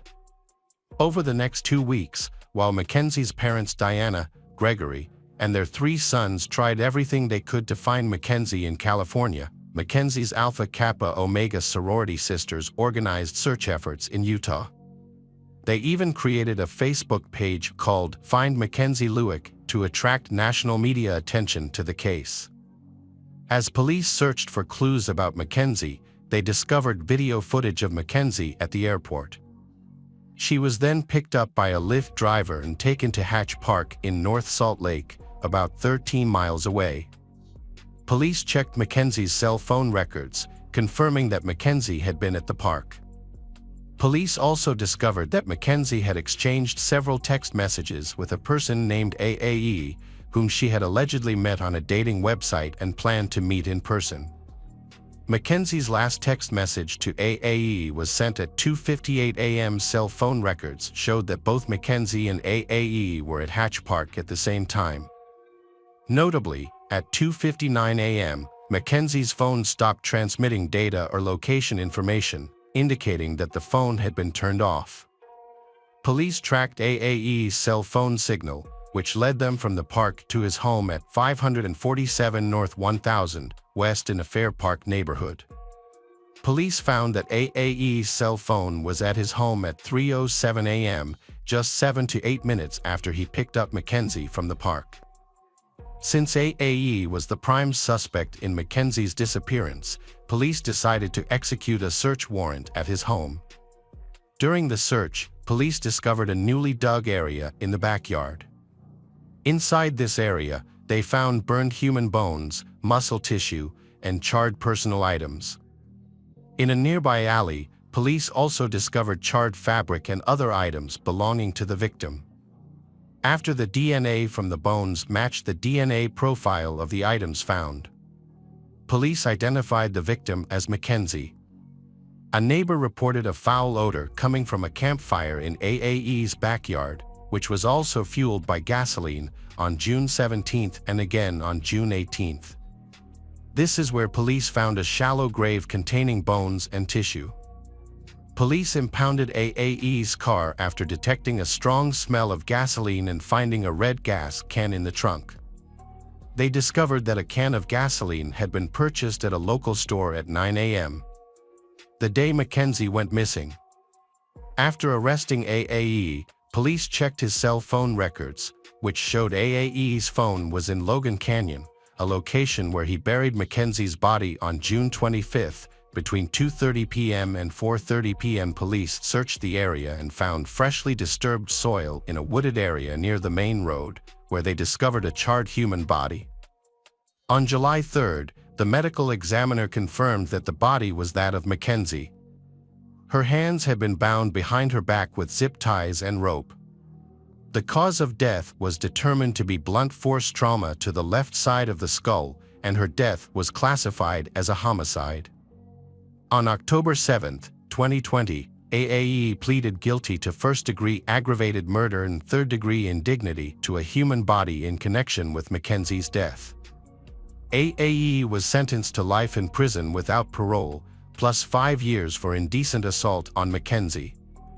AAE was also charged with kidnapping another woman in March 2018, whom AAE met on a dating website.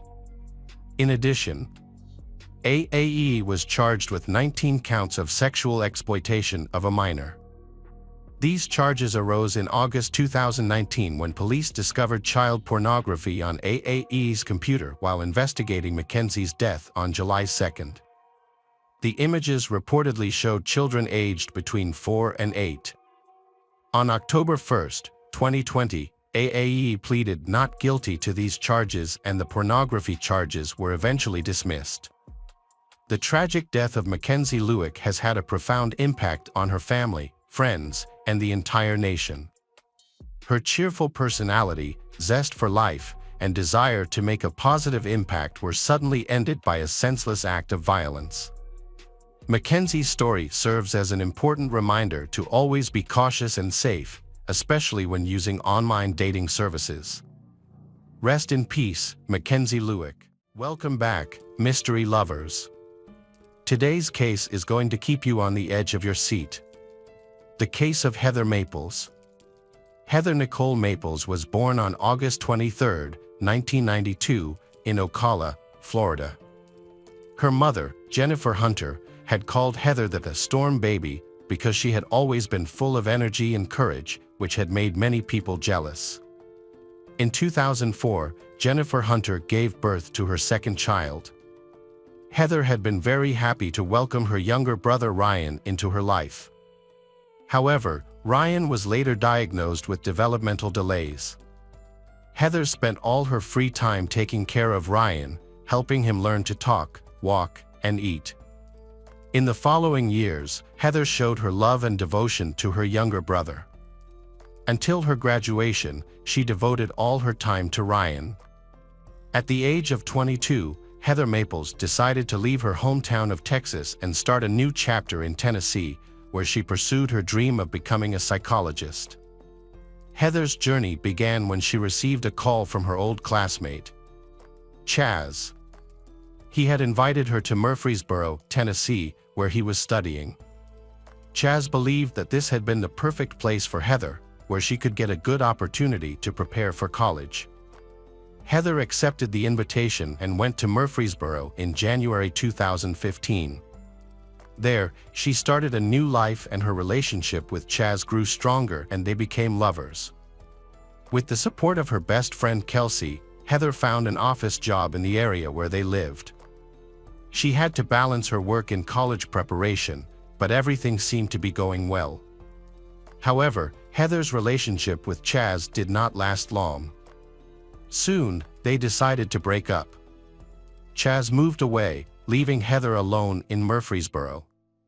In early August, Heather had been excited to call her mother to share the great news. Heather had been accepted to college, and her mother had been so proud.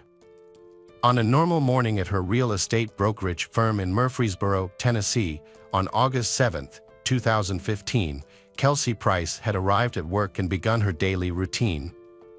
However, she had noticed that her friend and co-worker, Heather, had been running late as usual.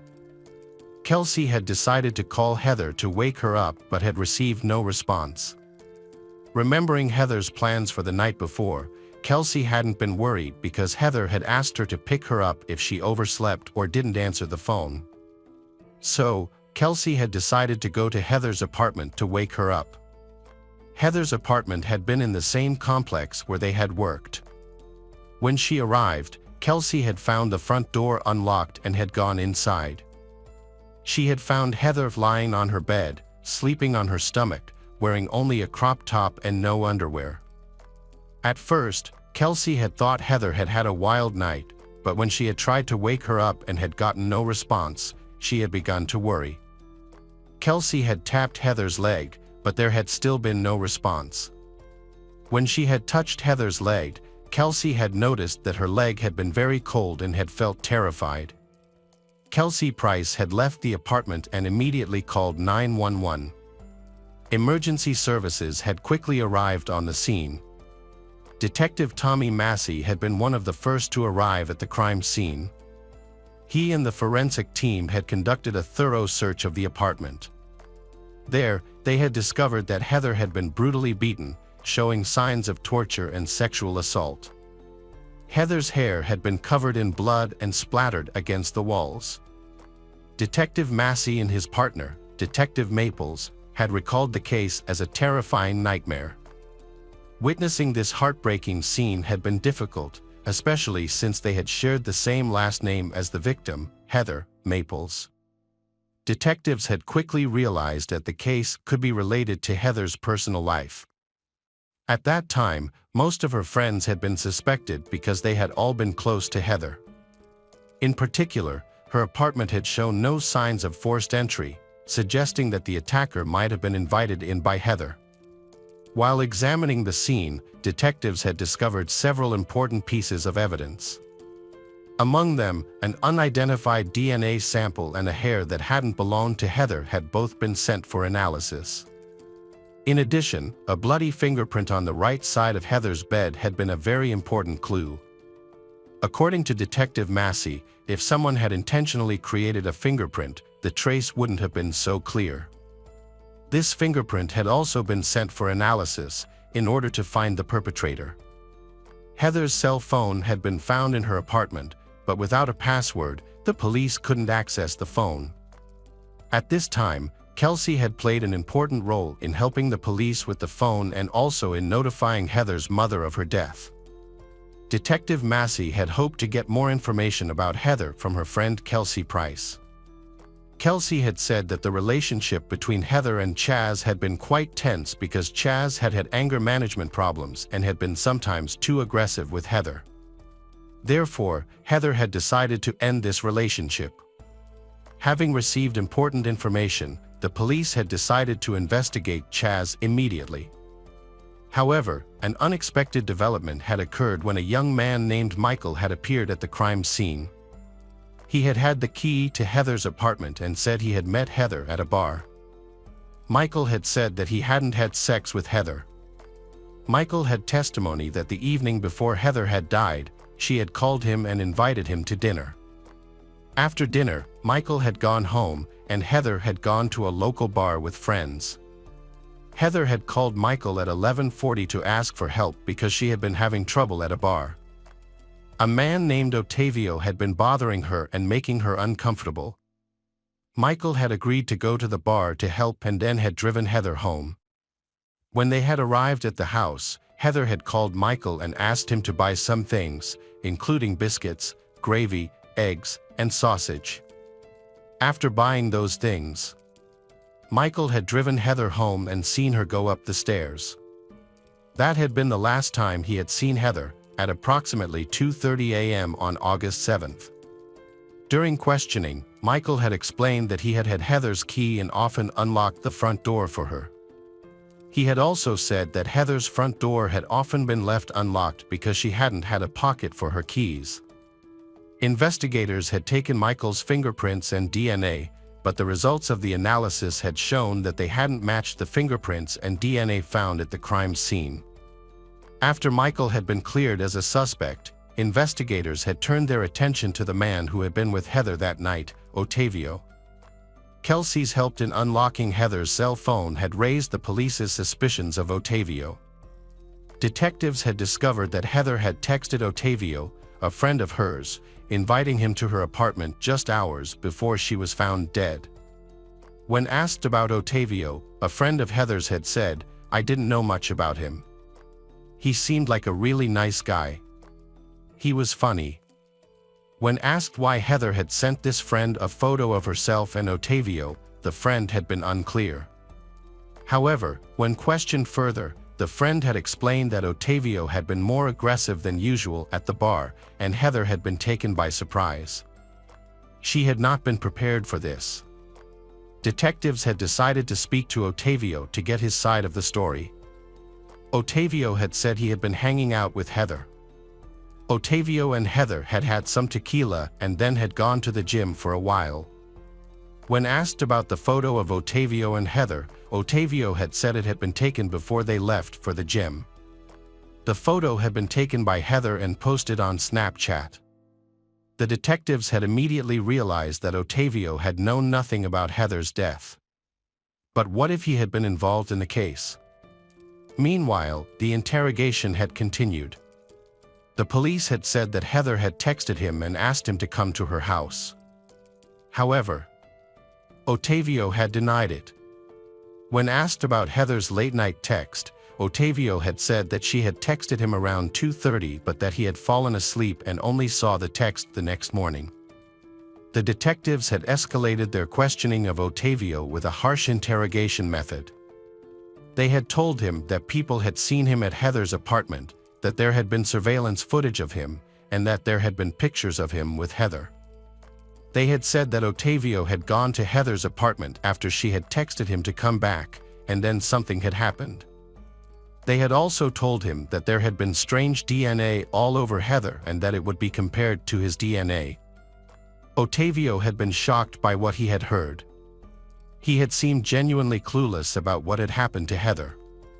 After questioning, he had agreed to a DNA test, believing that it would clear his name. The results had proved him right, as the DNA found at the crime scene did not match his, so the police had eliminated Ottavio as a suspect. Detectives had continued to investigate, reviewing surveillance footage and carefully examining every detail provided by witnesses, but had still had no leads on the case. On the 9th day of the investigation, Detective Massey had been about to leave the office late at night when he had received an important call from a forensic lab director. The call had brought the answer Massey had been waiting for regarding the bloody fingerprints found on Heather's bed. The prints had been matched to a young man named Brandon Bowling, who had a fingerprint record from a previous job at a company. While questioning Brandon, Detective Massey had asked Brandon how he had known Heather. Brandon had replied that they had met at the gym. Massey had continued by asking Brandon when exactly he had met Heather. It had been clear that Detective Massey had been taking a light-hearted approach to the interview, wanting to give Brandon a chance to explain what had happened that night. After hours of questioning Brandon, he admitted that he had last been to Heather's apartment in July and had never seen her again. However, the police produced evidence of his fingerprints on Heather's bed, which matched his own. Since the fingerprints collected from Heather's house were fresh, the detectives believed that Brandon was lying. Apparently, Brandon had some secrets and was hiding them, which raised suspicions about him. Brandon seemed to realize that all the evidence was against him and that he could be arrested, but he continued to deny any involvement in Heather's death. After questioning, the investigators asked Brandon to provide a DNA sample, claiming that if he was innocent, the test results would prove it. Brandon agreed and hoped to be released from police custody, but that did not happen. Investigators asked the court for permission to access Brandon's phone to track his movements, calls, and texts on the night of the murder. When the court granted permission, they discovered a video on Brandon's phone that shocked even the most experienced detectives. In the video, Heather's room was recorded, capturing everything from intimate behavior to beatings. Heather was still alive at the time of the recording. As a result, Brandon Richmond Bowling was arrested. In February 2018, Brandon pleaded guilty to assaulting Heather Maples. Consequently, he was sentenced to 40 years in prison without the possibility of parole. During the trial, Heather's mother, Jennifer, made a strong impression with her emotional speech. She announced that she forgave Brandon Bowling for the crimes he had committed against her family. After the trial ended, Jennifer met Brandon Bowling's mother in the hallway.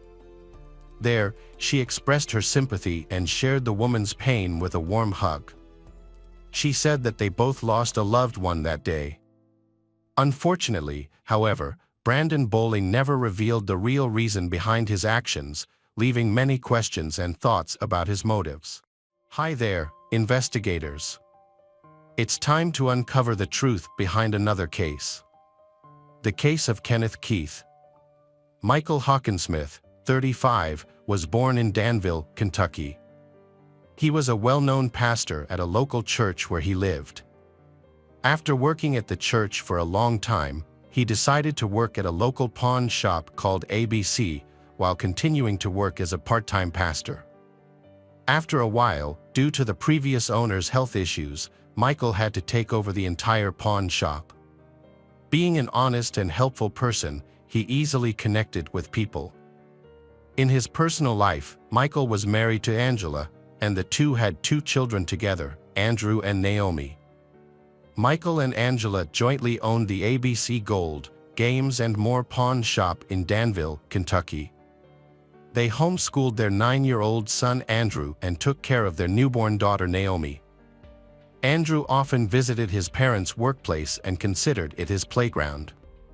However, on the morning of September 20, 2013, the Hawkinsmiths went to the ABC store. The morning went as planned. Dan Smith, a regular at the pawn shop, made a scheduled visit. Smith, known as the Gold Man, was known for buying and selling gold between pawn shops across the state. About 15 minutes after opening, as Michael and Smith were making their transactions, a bearded man entered the store and ordered everyone to get on the ground, followed by horrific events. Andrew, who was at the ABC store at the time, after being instructed by his mother, Angela, to hide, noticed the tense situation and quickly called the police to report the situation. 6 minutes after the alarm call, the police arrived at the scene of the murder. When they entered the building, they found a large trail of blood that led them to Michael Hawkinsmith. They then found his wife, Angela, 38, and another victim, Dan Smith, 60, a broker, on the other side of the counter. All 3 victims had suffered serious injuries from gunshot wounds to the head and torso. Police later found Andrew, 9, and Naomi, 14 months, hiding in a closet. Andrew and Naomi had been through unimaginable horror and were orphaned, having lost both their parents. When examining the crime scene, police found 14 spent shell casings and 3 intact bullets, along with a briefcase belonging to Dan Smith. Remarkably, the victim's personal belongings and all the cash in the cash register were untouched, suggesting that robbery was not the motive. The case was complicated by the lack of surveillance cameras at the pawn shop. Therefore, police had to search for potential witnesses. An employee of Rainbow Cleaners, a nearby dry cleaner, provided vital information when he described a vehicle that had been parked near the building that morning. The vehicle was a silver pickup truck driven by a large man with a bushy beard. While one team of investigators searched the area, another team had to notify the victims' closest relatives of the tragedy. Michael's parents were devastated by the news.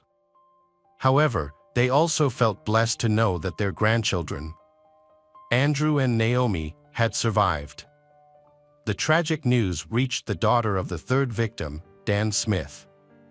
Dan Smith was involved in the purchase of precious metals and was well versed in the specifics of his job, which made it easy for him to find common ground with different people. His business involved handling large amounts of cash, sometimes in the hundreds of thousands of dollars. This led police to suspect that Dan Smith may have been the criminal's primary target. Through surveillance, police discovered that before going to the ABC Gold Games and More pawn shop, Dan Smith had gone to the Lawson Jewelry Store in Harrodsburg, 10 miles northeast of Danville. Inside the jewelry store, investigators found a surveillance camera mounted on the far wall that was monitoring every customer who entered and exited the store. Their goal was to determine if anyone was following Dan Smith. At 8:16 a.m., Dan Smith entered the store, and there were no other customers in the building at the time. Dan Smith was carrying a briefcase identical to the one later found at the ABC Gold Games and More pawn shop. After greeting the woman behind the counter with a smile, he walked toward the back of the store. Moments later, Dan Smith reappeared in the footage, exiting the back of the store, chatting briefly with an elderly woman who had just entered, and then leaving immediately. Footage from the exterior camera did not show anything suspicious. The police could do nothing but monitor the man, unaware that he would soon be at the center of a tragic event. Meanwhile, Andrew Hawkinsmith was brought to the police station to testify. Andrew told the story of how he was at the pawn shop with his parents when Dan Smith came in with a bag full of money. While Michael and Dan were talking, a stranger walked in and demanded the bag of money immediately. According to Andrew, Dan Smith immediately gave the stranger his bag of money. Andrew said that his father asked the man to stop, but the man also shot his father with a handgun similar to the one Andrew often played with. After that, his mother instructed him to take his younger sister, Naomi, to the back of the store and hide in the closet. Andrew picked up his sister and hid. At that moment, the criminal pointed the gun at Angela. The 9-year-old boy thought the reason the stranger did this might be because of the money. The boy described the stranger as a very tall man with a fake-looking blonde beard, which matched the description given by a witness from Rainbow Cleaners. In investigating the case, police thoroughly investigated the business run by the Hawkinsmith family. They discovered that the ABC Gold Games and More pawn shop had a different owner, Steve Devine.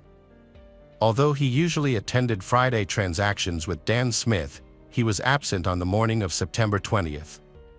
This information raised concerns, making determining his whereabouts a top priority. Steve Devine explained that he had an allergic reaction that morning and had to cancel all his appointments. His wife confirmed this story.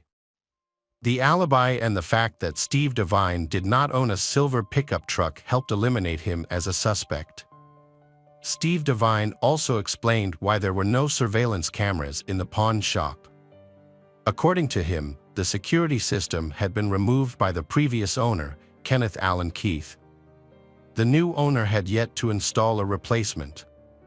Kenneth Allen Keith, 48, is a pastor like Michael Hawkinsmith.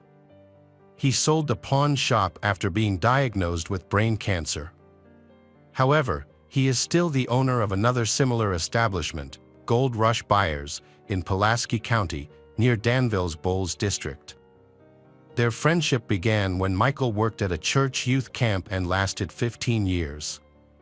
The Hawkinsmiths respected Pastor Kenneth, and he was like a beloved uncle to Andrew. With no significant leads, investigators decided to search the street surveillance systems near ABC Gold Games and More and other pawn shops. They found a camera on the office building of the real estate company Danville Rentals. Surveillance footage captured a silver pickup truck at 8:45 a.m., but the image was too blurry to determine the license plate or make. However, eyewitness testimony from Rainbow Cleaners helped police identify the vehicle. The witness described the vehicle as an older model with a distinctive square body shape. The vehicle in the video also clearly showed a square rear bumper that matched this description. The color, type, and shape of the vehicle all suggested that police had found the vehicle of the criminal. They continued to search surveillance systems farther and farther away from the pawn shop.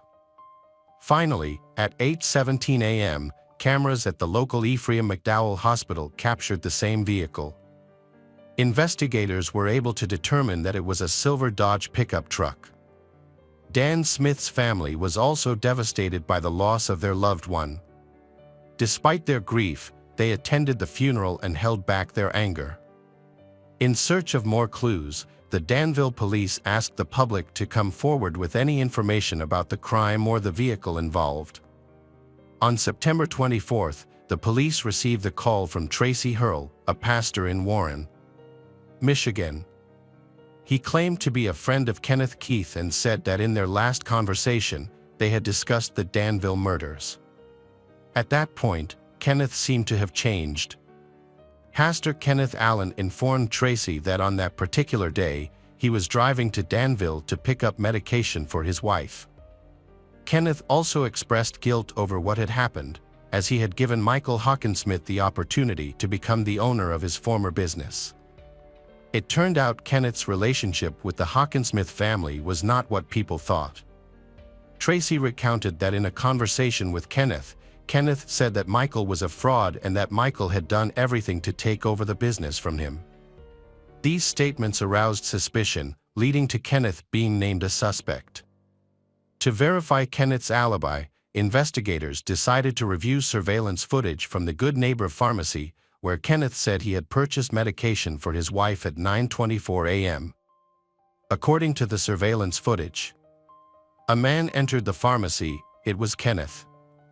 But just a few minutes earlier, the man was not wearing a green jacket or a beard, which were easily identifiable features of an attacker. However, this did not rule out the possibility that Kenneth was involved in the attack. There was a 6-minute gap between Andrew Hawkinsmith's call to the police and Kenneth's arrival at the pharmacy. The police decided to check whether it was possible to travel from the crime scene to the Good Neighbor Pharmacy in such a short time. They found that the trip took about 5 minutes, so Kenneth could have committed the murder, quickly gotten in the car, and gone to the pharmacy to establish a solid alibi. In addition, the main clue was that Kenneth had an unregistered 2008 Dodge pickup truck, silver in color. However, all the evidence found was circumstantial and not enough to make an arrest. So the investigators asked Tracy Hurl to participate in a series of fake phone calls aimed at Kenneth. Fortunately, Tracy agreed. During these calls, Kenneth finally revealed his true feelings towards the Hawkinsmith family. Everyone had been waiting for this to happen. Kenneth began discussing details of the case that had not been made public. Kenneth said that he was in Danville, but he was at the pharmacy. Kenneth confirmed that he was standing in the pharmacy while all this was happening. Kenneth then explained that he had left Danville and returned to Somerset. He then drove to the car wash to prepare for a planned family vacation. At 10:50 a.m., Kenneth was seen on camera walking down the hallway to the cash register with a noticeable smile. Exterior camera footage covering the parking lot showed Pastor Kenneth leaving the car wash in the same silver Dodge at 11:25 a.m., matching all previous images captured by various surveillance systems in Danville. At that point, they had enough evidence to arrest Kenneth. However, when he was offered a lie detector test to clarify his role in the case, he reacted in an unusual way. He claimed that he would not be able to pass a lie detector test because, during his military service, he had performed some special missions that involved killing a number of people. Investigators then executed a search warrant at Kenneth Allen Keith's pawn shop and discovered some important evidence. They found a fake beard and a significant amount of cash without any legal explanation as to how he had obtained it. In particular, they also found bundles of money wrapped in a ribbon with the name of the bank that issued them, indicating that Dan Smith was a customer. Further investigation revealed that the money found in Keith's pawn shop had recently been withdrawn from the account of a deceased broker. This raised suspicions about Keith's involvement in the case. In addition, investigators also found several .22 caliber shell casings in Keith's pawn shop. After ballistic analysis, they discovered that these casings had been fired from the same type of weapon used to shoot Andrew and Naomi's parents. Kenneth Allen Keith was charged with 3 counts of first-degree murder and robbery. He believed that Michael Hawkinsmith and Steve Dine were conspiring to remove him from the business. However, there was no evidence that Michael Hawkinsmith and Steve Dine were involved in any conspiracy. When Kenneth met Dan Smith at the pawn shop, he tried to create a fake plan to make the police think that the case was a robbery. However, the plan failed when the police investigated and found no evidence of suspicious activities by Michael Hawkinsmith and Steve Dine. On September 20th, Kenneth arrived in Danville in his silver Dodge Caravan. He circled the pawn shop until he saw Dan Smith's car parked nearby. Kenneth then killed Dan Smith, Michael Hawkinsmith, and Angela Hawkinsmith. After taking all the cash, Kenneth calmly left the crime scene and stopped at the Good Neighbor Pharmacy, which was captured on surveillance cameras, creating a false alibi. Kenneth's decision to have his car washed appears to have been another attempt to remove any evidence that might have been left on the car. Prior to sentencing, in 2017, Kenneth Allen Keith pleaded guilty to all charges. He was sentenced to life in prison. Hey detectives! Welcome back. We've got another mysterious case to explore. The case of Valentina Tres Palacios. Valentina Tres Palacios was born on December 16, 2001, in Bogotá, Colombia. She is currently studying international business and commerce, but her true passion is music. Since childhood, she has loved music and pursued this passion by studying and becoming a professional DJ. After receiving her DJ certificate, Valentina started her career in Colombia and quickly made a name for herself due to her talent and exceptional musicality. Throughout her career, she has made many friends from different countries. Valentina has had the opportunity to travel to many countries to perform and showcase her talent. She has performed with famous musicians and has toured more than 20 cities in her country. She has also participated in important international events, including festivals in Colombia, Chile, Mexico, Brazil, and Peru. With her talent and musicality, Valentina has been recognized as having a bright future ahead. She is loved and sought after across the country and regularly performs at top nightclubs.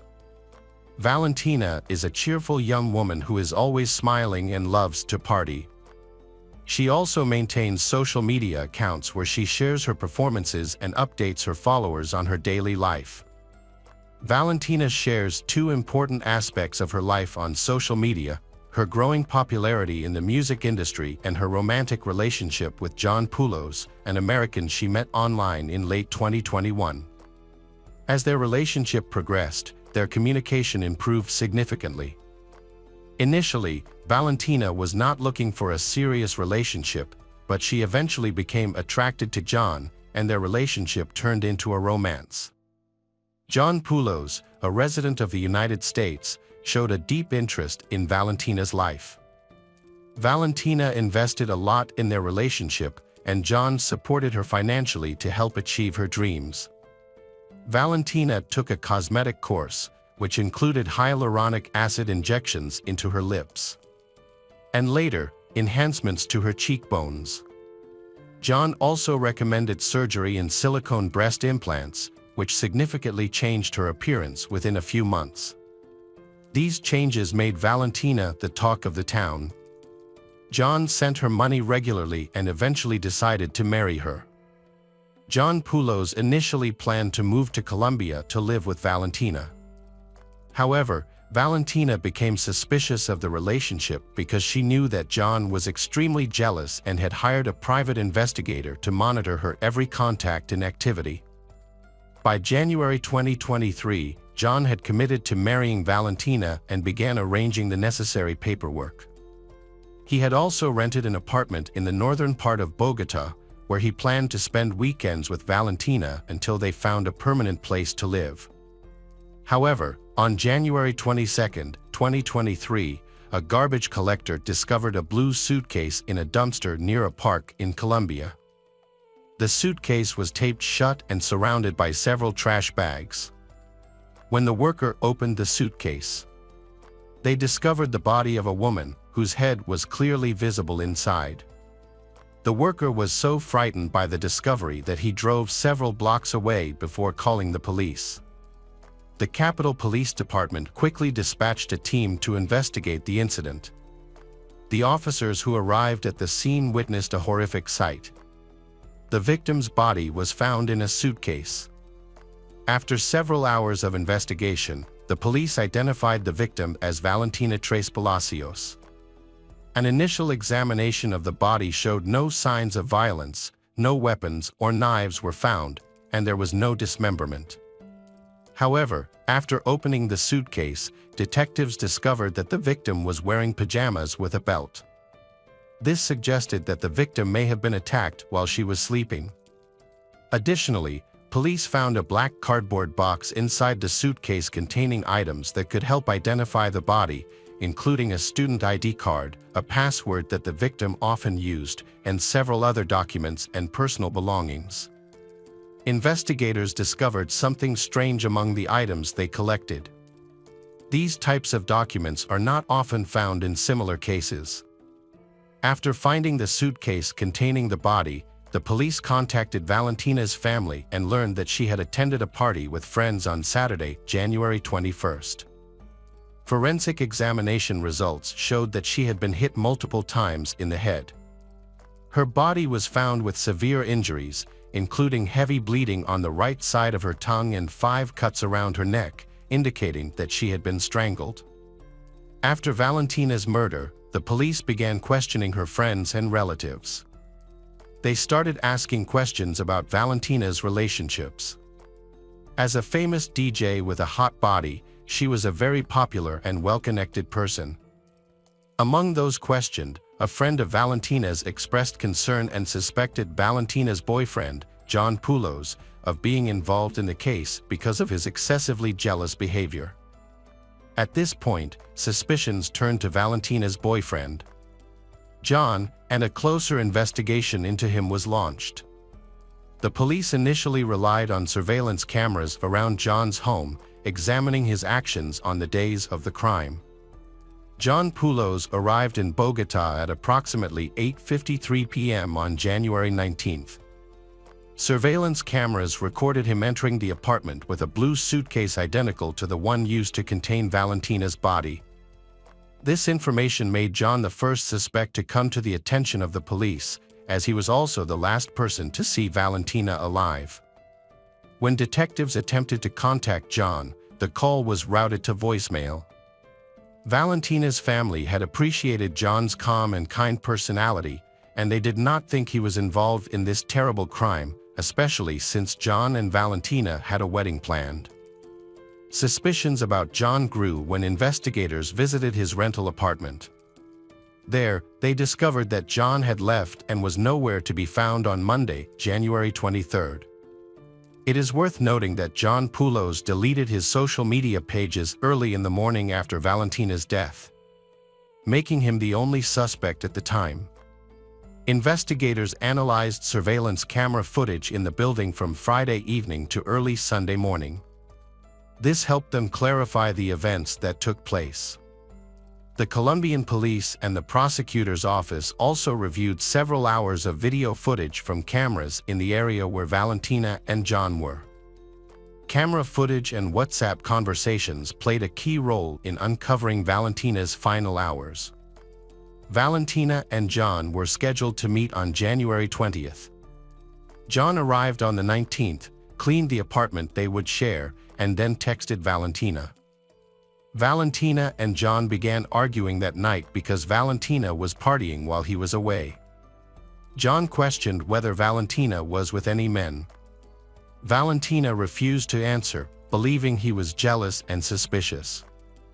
John eventually reminded Valentina to meet on the 20th. Before the meeting, Valentina planned to visit some beauty salons for eyelash and hair extensions to feel more confident. However, on the 20th, Valentina and John disagreed about the date and only clarified their plans when surveillance cameras recorded activities at Valentina's apartment that evening.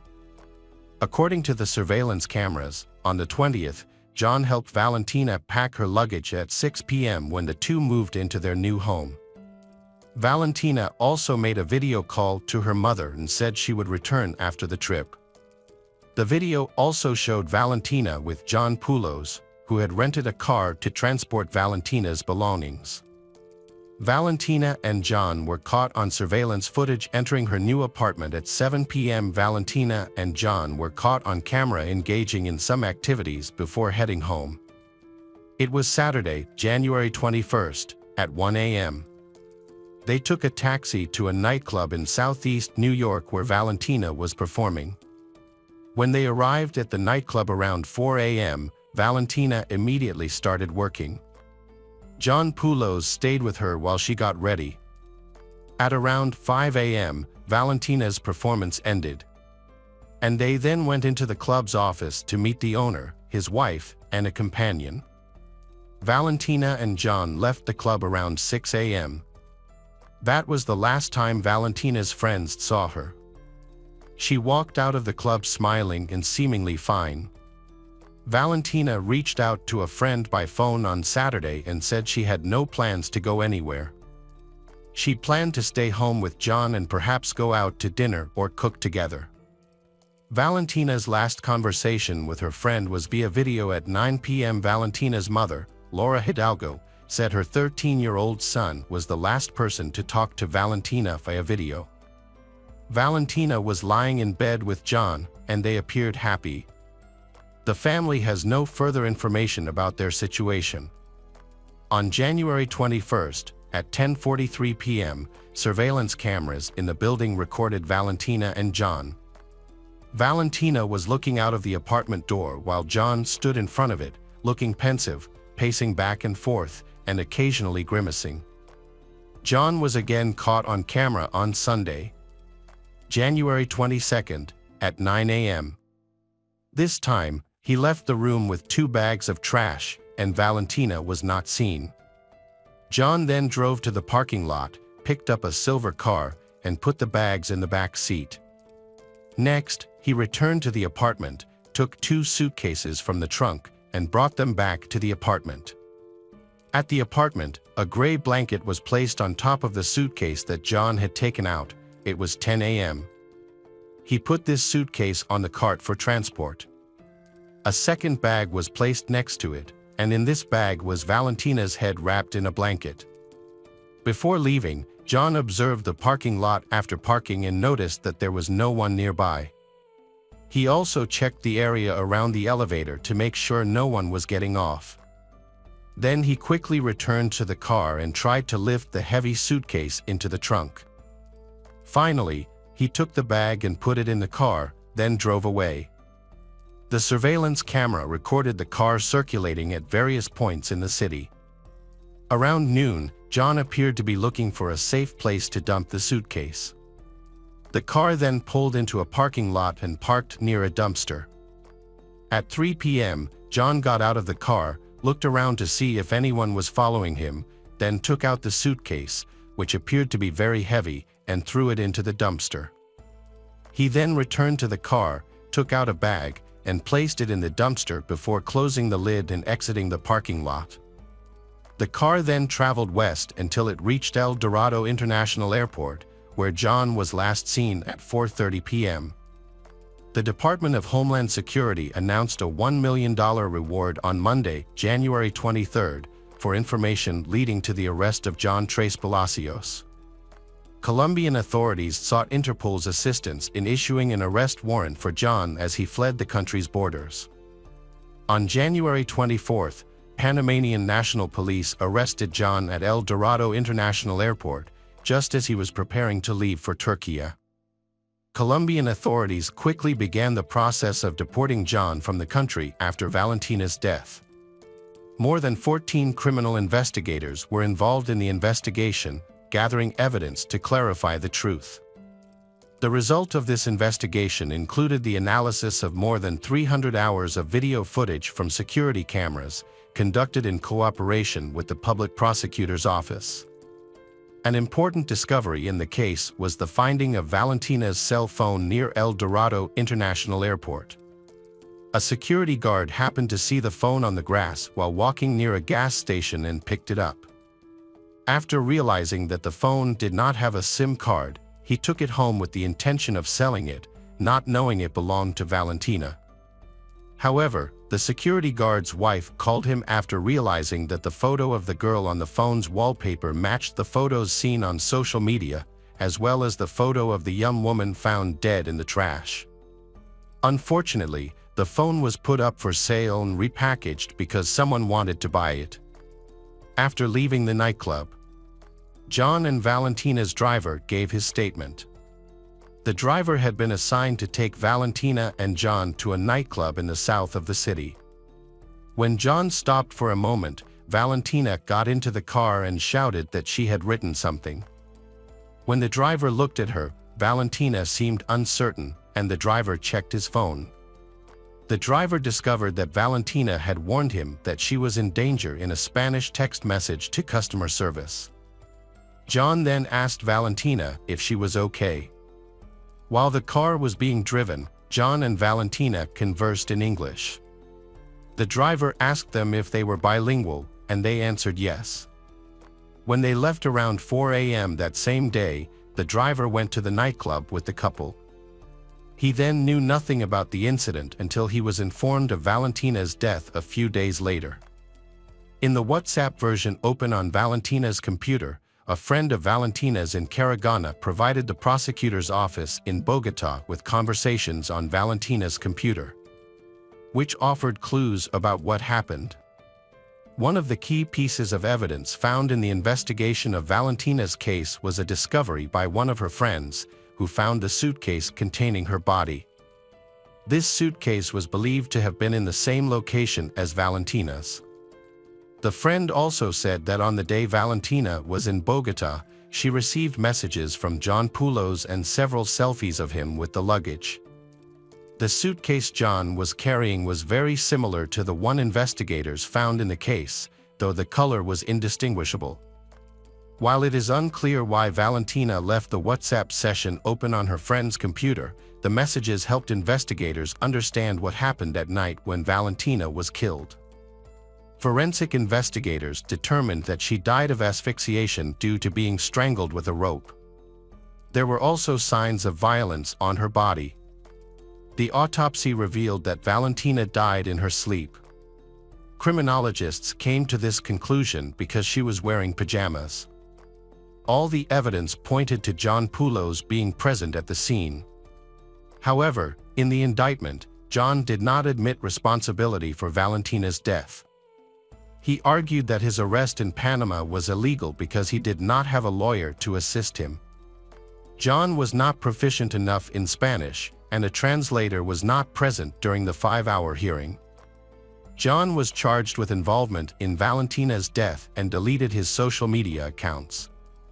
John Poulos was born on May 19, 1987, in Wisconsin, USA. He is married and has 3 children. However, he also has a criminal record related to violence against women, including a restraining order from his ex-wife. One of the women who had a relationship with John Poulos revealed that he frequently visited pornographic websites, spending up to 5 to 6 hours a day on them. She also commented that John often exhibited strange behavior, such as fantasizing in telling ghost stories. Another model who interacted with John Poulos on social media said that she knew him as being from Texas, USA. She stopped contacting him after he made a strange comment, including the words jealous and death. Specifically, John asked her, "If I was at a bar, would you be willing to talk to me?"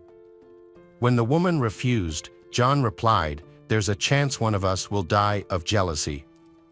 The woman also said that although John donated money to her, she never chatted with him via video because his communication style was often erratic. It's important to note that John also displayed some suspicious behavior towards Valentina. He contacted Valentina on social media and began sending her money persistently and consistently. In this case, treating women like property was a red flag that the women overlooked, and they initially trusted him. John thought he could buy their trust with money from the start. Authorities investigating the case believe that John Poulos thought that the waste disposal system in Colombia was similar to that in the United States, where he lived. In his mind, the waste would settle in a container and eventually be disposed of. However, Poulos overlooked the fact that recyclers and people living on the streets regularly rummage through trash looking for items they can sell or use. John Poulos is currently being held in a separate cell in Bogotá. The next step is to prove that all the evidence links him to the crime and to find the real motive behind this horrific murder in Colombia. The criminal code stipulates a prison sentence of up to 50 years for the crime John was charged with. John Poulos was subsequently sentenced to 42 years and 8 months in prison, was banned from approaching or attempting to contact the Tres Palacios family for 20 years, and was ordered to be deported from Colombia after serving his sentence. John's defense team said they would appeal the verdict. They argued that John was innocent of Valentina's murder. Valentina's situation is similar to many others. She thought she had found true love, but it turned out to be a mistake. Does anyone feel safe connecting with strangers on social media? Hello again, true crime fans. We've got another mysterious case to explore. The case of Peter Tobin. Peter Britton Tobin was born on August 27, 1946, in Johnstone, Scotland. He was the youngest of 8 children born to Marjorie and Daniel Tobin. From an early age, Peter displayed an impulsive personality, prompting his parents to send him to boarding school in 1953 when he was only 7 years old. However, this did not work, and he was sent to a reformatory. After completing his time there, he moved to Brighton, England. There, Peter began a relationship with Margaret Mount, a young typist who was attracted to his personality. They married in August 1969, but soon, Peter's ruthless, controlling, and abusive personality manifested itself. Not only that, Peter also became involved in criminal activities. A year later, he was convicted and imprisoned in England for theft and counterfeiting. Margaret decided to divorce him in 1973. Peter then married Sylvia Jeffrey, a 30-year-old local nurse, who was also attracted to his charm. That year, they had their first son, Ian, and a year later, a daughter, Claire, who unfortunately died shortly after birth. Sylvia was devastated by the loss of her child, became a victim of Peter's abuse, and decided to leave in 1976, taking their young son with her. Years later, when he was in his 40s, Peter was ready for a new romantic relationship. This time, he chose Kathy Wilson, a sensitive, naive, and impressionable 16-year-old girl. This made it easy for Peter to start a relationship with Kathy. The two moved in together, and soon after, their son, Daniel, was born. They married in 1989 and moved to Scotland. This was a difficult time for Kathy. Her husband was controlling, preventing her from going out and becoming increasingly violent. Eventually, Kathy bravely decided to run away with her son in the late 1990s. Kathy's departure brought out the worst in Peter.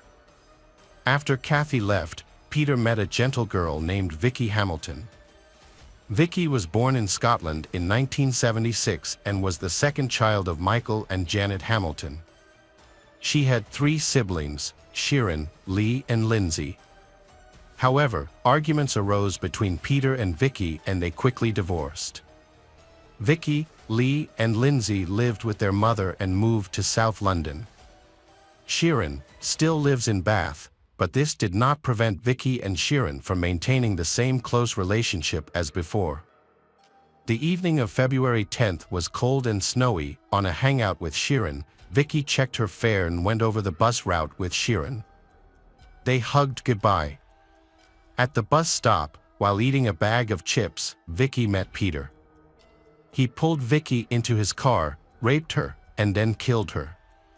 When Vicky failed to visit her mother's house, and there was no news of her, her family began to search for her. They reported her disappearance to the police.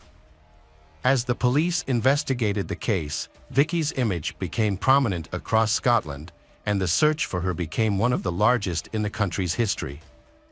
The runaway theory was reinforced on February 21, 1991, when Vicky's purse was found near the main bus station in Edinburgh. It was, in fact, a false clue planted by Peter to throw investigators off track. The attempt was successful, sending the investigation off track. Detectives spent 2 months searching London unsuccessfully. It was then revealed that Vicky's mother had died.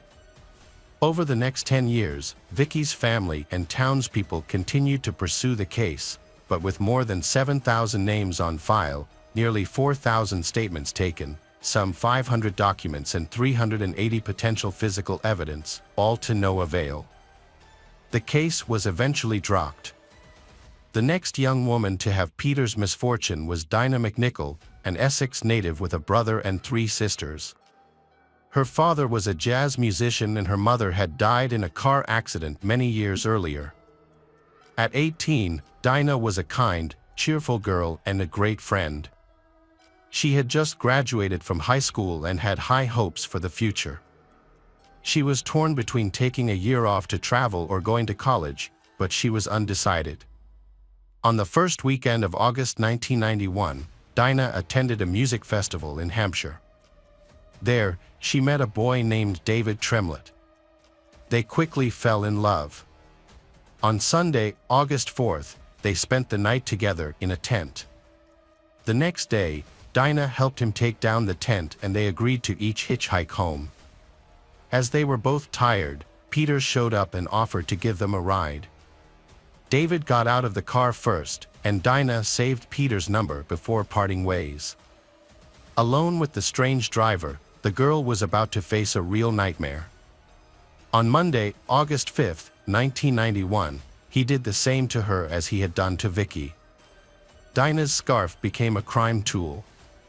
After the crime, Peter withdrew money from Dinah's account at ATMs in Hampshire and Sussex. When Dinah's family saw the withdrawals from her account, they immediately suspected something was wrong. They knew she had carefully saved every penny and planned to use it for travel or education. As the days passed, the family lived in fear and uncertainty, which was the worst thing. Although no one said it, everyone believed that something terrible had happened. If Dinah were still alive, she would have returned home or called to explain her absence. As for Peter, he left Margate without saying goodbye or explaining anything. In 1993, he settled in Hampshire, renting a flat in Leek Park, saying he wanted to be closer to his son. On August 4, 1993, 2 14-year-old girls went to visit Dinah but did not see her. So they asked the neighbors if anyone had seen Dinah, which led to them knocking on Peter's door. Peter invited the 2 girls into his house, ostensibly to wait for Dinah. They saw his friendly 5-year-old son and agreed without suspicion. While the child was asleep, Peter began to torment the 2 girls. He threatened them with a knife and forced them to drink alcohol, then beat and raped them. One of the girls was seriously injured.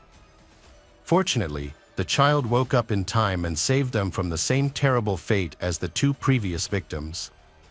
Peter wanted to hide the truth from his son, so he decided to leave the apartment with the child. Before leaving at around 2 a.m., he turned on the gas stove to complete his monstrous plan. However, the two girls were lucky to wake up and escape. They went to the police and reported everything that had happened. After that, Peter returned the child to his mother and joined a sect called the Jesus Fellowship under a false name. But the media published his photo, provided by the police, and his face became widely known. With the help of BBC Crime Watch, Peter was finally arrested after 40 days on the run in Brighton. Peter appeared in court on May 18, 1994 and pleaded guilty to sexual assault and indecent assault on two young girls. As a result, he was sentenced to 14 years in prison. However, Peter was released in 2014 at the age of 58 without serving the full sentence. After his release, Peter returned to Scotland with the aim of hiding in the same area to avoid being identified as a sex offender. He evaded capture for a long time until 2006. During this time, Peter used a false name and posed as a homeless person. He sought refuge at St. Patrick's Cathedral in Glasgow. Under the name Peter McLaughlin, Peter approached a charity couple from the church group, Dennis and Katie Curran. Katie still felt uneasy about Peter despite his frail appearance. On the other hand, having been raised Catholic, Peter felt comfortable in the church. He begged there, which helped him gain sympathy from the parishioners. This gave Peter the freedom to move around unnoticed and provided him with an ideal hiding place. Here, Peter met Angelika Kluck, a 23-year-old girl from Poland. She came to Scotland in the summer of 2006 to work and pay for her language lessons. Angelika was living in the rectory of St. Patrick's Church and doing cleaning work. Peter took an immediate liking to Angelika and convinced her to help him with various tasks. On Sunday, September 24, 2006, Angelika helped Peter paint a shed. Some parishioners saw them together. But unexpectedly, Peter attacked Angelika at the back of the chapel. Leica Brown, 47, and her husband, Andrew, 46, were at home when they heard a woman screaming through an open window. Leica described the scream as a short, loud sound, like someone being forcibly restrained. The scream made her nervous and she got up from her chair, but when she got to the window, she couldn't see anything. Hours passed and the parishioners noticed that Angelika was no longer there. That was when Dennis and Katie quickly reported the unusual disappearance to the police. The police immediately began investigating and interviewed every member of the community. During these interviews, it was discovered that the last person anyone saw with Angelika was Peter, albeit under the guise of a homeless. He eventually became the prime suspect and the police came to question him, but found no evidence. The investigation continued.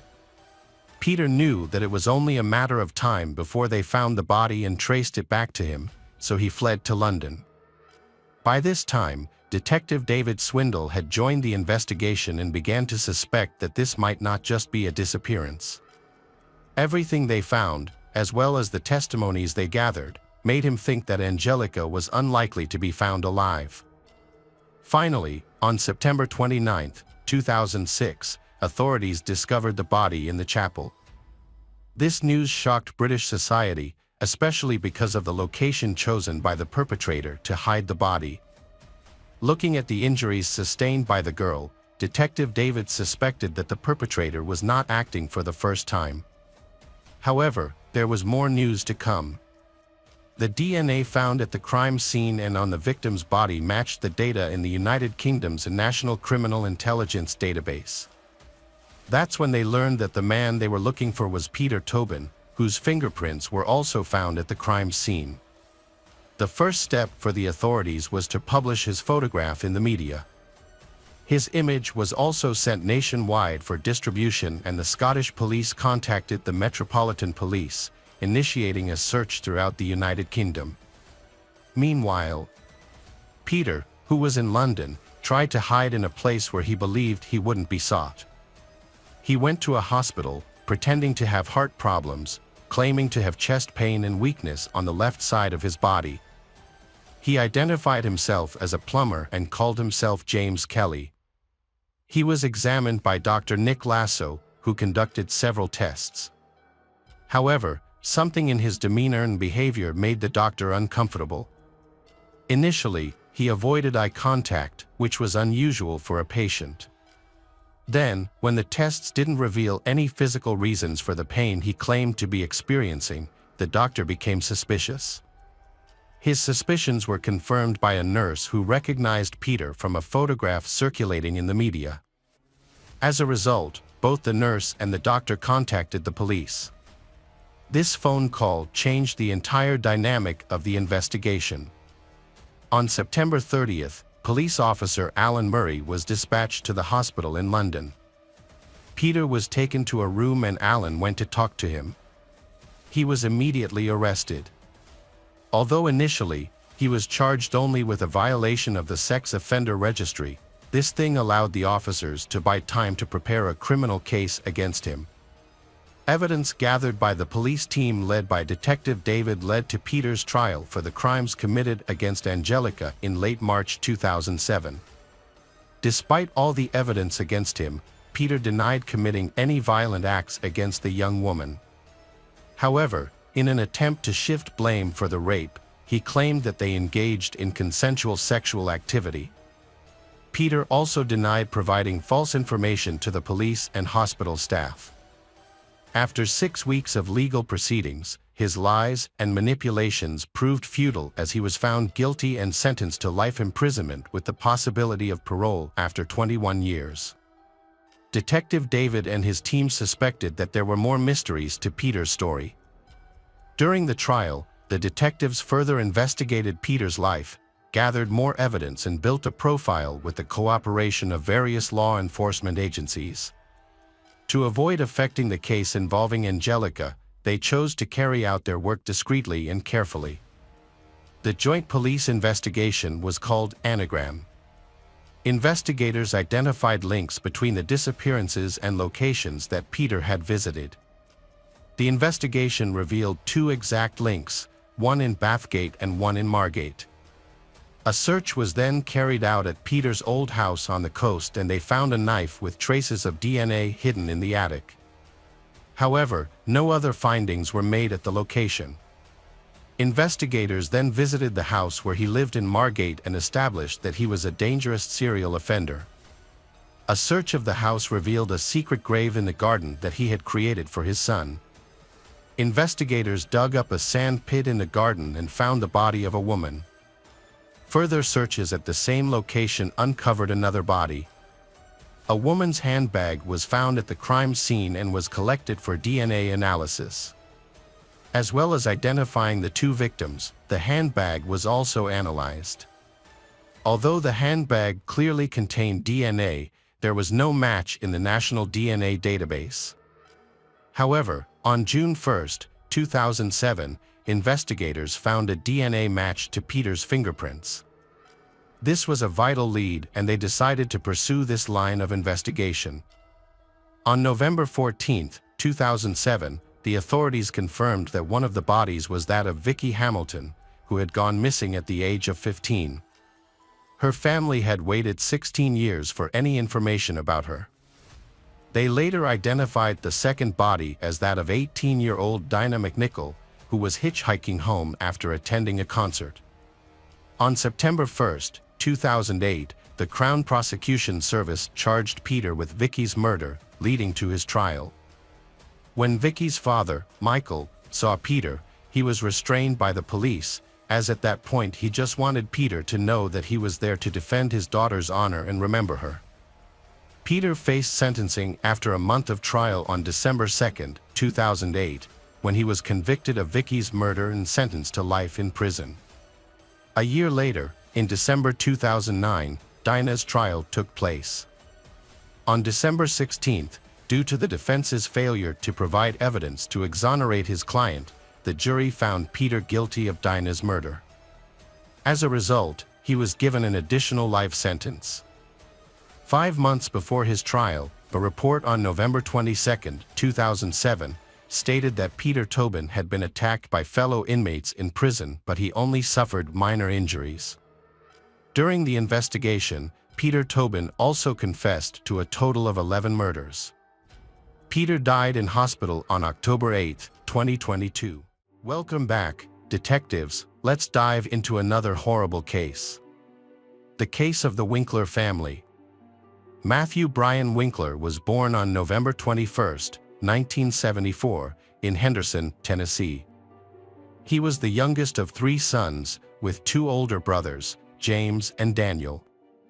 Matthew's parents, Dan and Diane Winkler, were deeply religious and they raised their sons very strictly.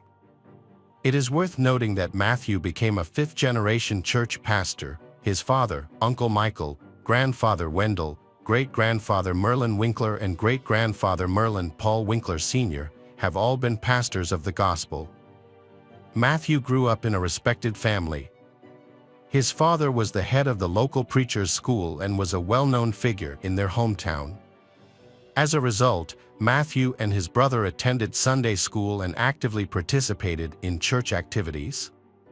Outside of church, Matthew excelled in high school soccer, with many believing he had the potential to become a world-class athlete. As the head of the family frequently traveled for his preaching activities. He was often accompanied by his wife and children. As a result, their children, including Matthew, attended multiple schools during childhood. Despite this, he was an outgoing and friendly child who easily made friends in each new place. When Matthew finished high school, his family was living in Austin, Texas.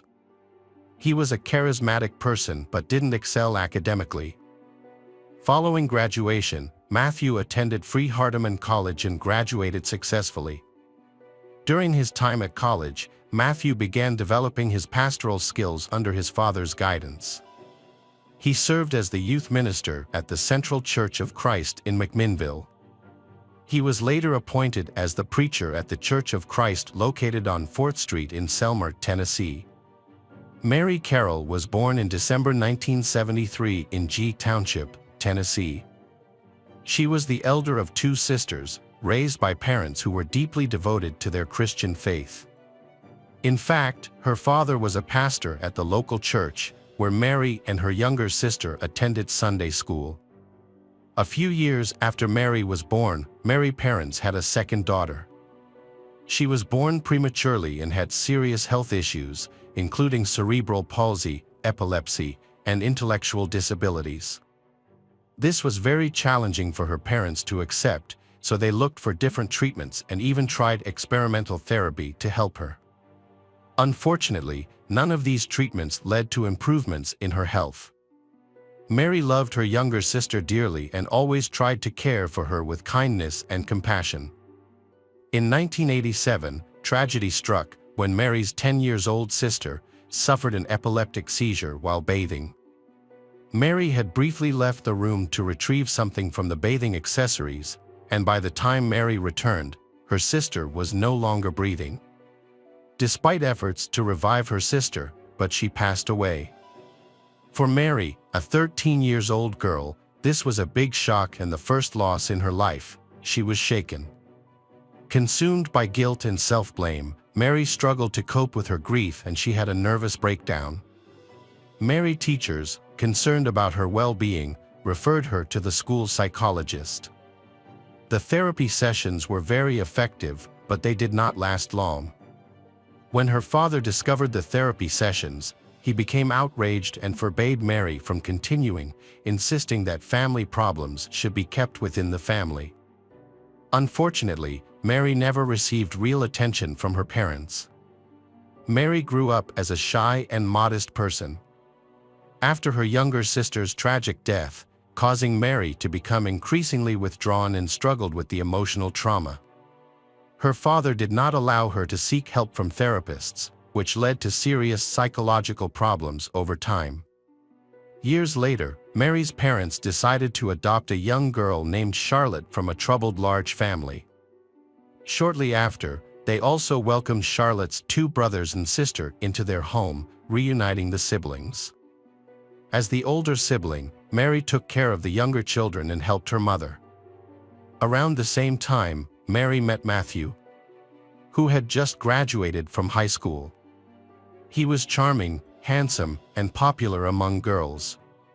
However, his strict religious upbringing prevented him from freely expressing his romantic feelings. Despite this, Mary and Matthew quickly hit it off, which soon blossomed into love. As their feelings grew deeper and deeper, they decided to take the next step. After a few months, they introduced each other to their parents, who gave their blessing. With their parents' approval, Mary and Matthew began planning their wedding, which took place in April 1994. When Matthew's family welcomed their first daughter, Patricia, his college education was temporarily postponed. To support his family, he worked at a construction site, but he only did it for a short time because he was not used to hard physical labor. This was when Mary began to notice that Matthew had a difficult temperament. He would often get angry over nothing, become easily irritated, and have trouble controlling his temper. Mary, a gentle and quiet young woman, decided not to speak out about the issues she faced, and instead she kept her family problems to herself. Mary brought up in a patriarchal household. She had been taught to obey her husband without question. Initially, the Winklers lived close to Mary's parents, allowing her to visit them frequently. However, their lives took a turn for the worse when Mary's mother, Mrs. Freeman, was diagnosed with cancer. The disease progressed rapidly, and she passed away within a few months. This loss was another blow to Mary. Now she has the responsibility of taking care of her little siblings. Mary's situation became increasingly complex during this time, due to her second pregnancy. Following the birth of their second daughter, the family relocated to a new city where they purchased a small home. After the move, Mary became fully devoted to caring for her baby, which led to her nearly ceasing communication with her father and younger siblings. Their constant need for attention overwhelmed her, which further strained their relationships. Additionally, Mary's struggling with severe postpartum depression. Those close to the Winkler family noticed changes in Mary's behavior and personality that seemed unusual and concerning. As an introverted person with sociophobic tendencies, she found it challenging to connect with others and form friendships. She gets upset easily, and any little thing can bring her to tears. During this period, as Matthew's career as a pastor progressed, Mary grew increasingly withdrawn. The situation further deteriorated when she became pregnant for the third time, and a few months later, discovered that the fetus had not survived, adding to her emotional pain. This news was devastating for Mary, who had been eagerly anticipating the arrival of this child. Several months earlier, Mary had been overjoyed when she finally became pregnant after a 2-year wait, signaled by the 2 long-awaited lines on her pregnancy test. However, Mary's happiness was tempered by fear, and she chose to keep her pregnancy a secret for a long time. Eventually, as her condition became more noticeable, people around her began speculating about her unusual behavior and private life. Those who knew Mary closely believed that her unusual behavior was due to the severe trauma she experienced in her childhood, which had taken a toll on her emotional well-being. Behind closed doors, Matthew and Mary's seemingly perfect marriage was far from ideal. Matthew would often shout and snap at his wife, Mary, for no apparent reason, much to the concern of their neighbors. Despite her efforts to maintain a facade of a happy marriage, the truth began to unravel when Mary appeared with a huge black eye. Although she claimed it was an accident, rumors quickly spread about the pastor's violent behavior towards his wife.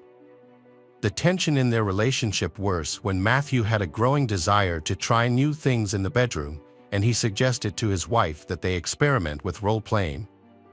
Adult toys, and other activities.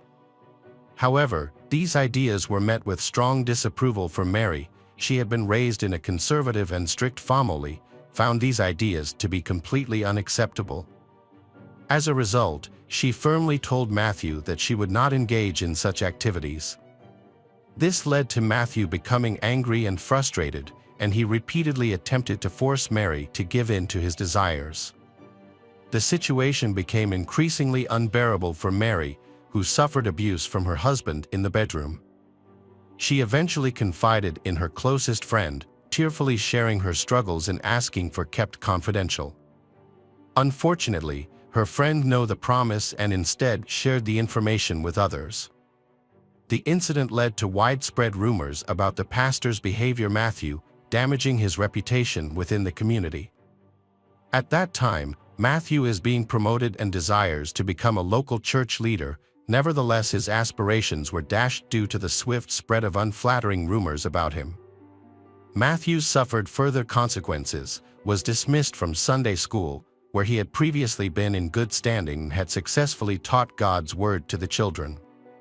The decision this him was prompted by complaints from parents who had also heard about the pastor's strange hobbies. Matthew.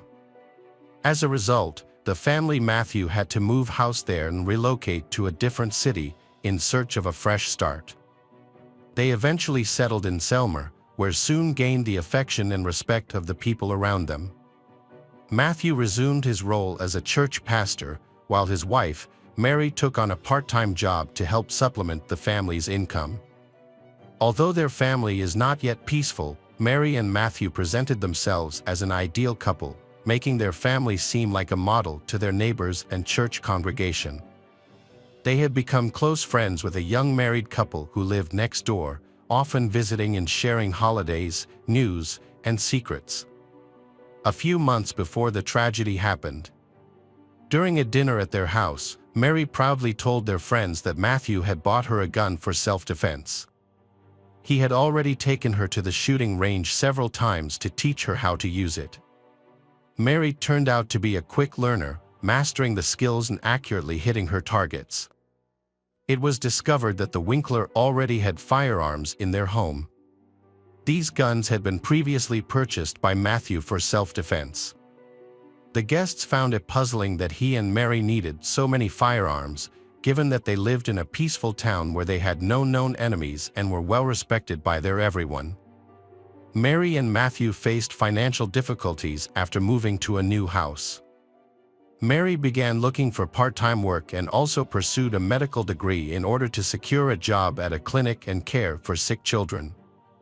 Mary then decided to commit financial fraud in an attempt to improve her family's financial situation. She claimed she didn't realize her actions were illegal and intended to repay the money once her finances improved. Specifically, she inflated her bank accounts by adding false funds. Mary received checks from unknown sources, totaling almost $177,000, and deposited them into a joint account with her husband. Her substantial deposits caught the attention of bank employees, and they invited Mary and Matthew to the bank branch to discuss and clarify the transactions. Mary and Matthew failed to appear at the bank, which heightened the suspicions. It was initially assumed that Matthew was unaware of his wife's actions. On March 22, 2006, the quiet town of Selmer, Tennessee, was shaken by a shocking crime.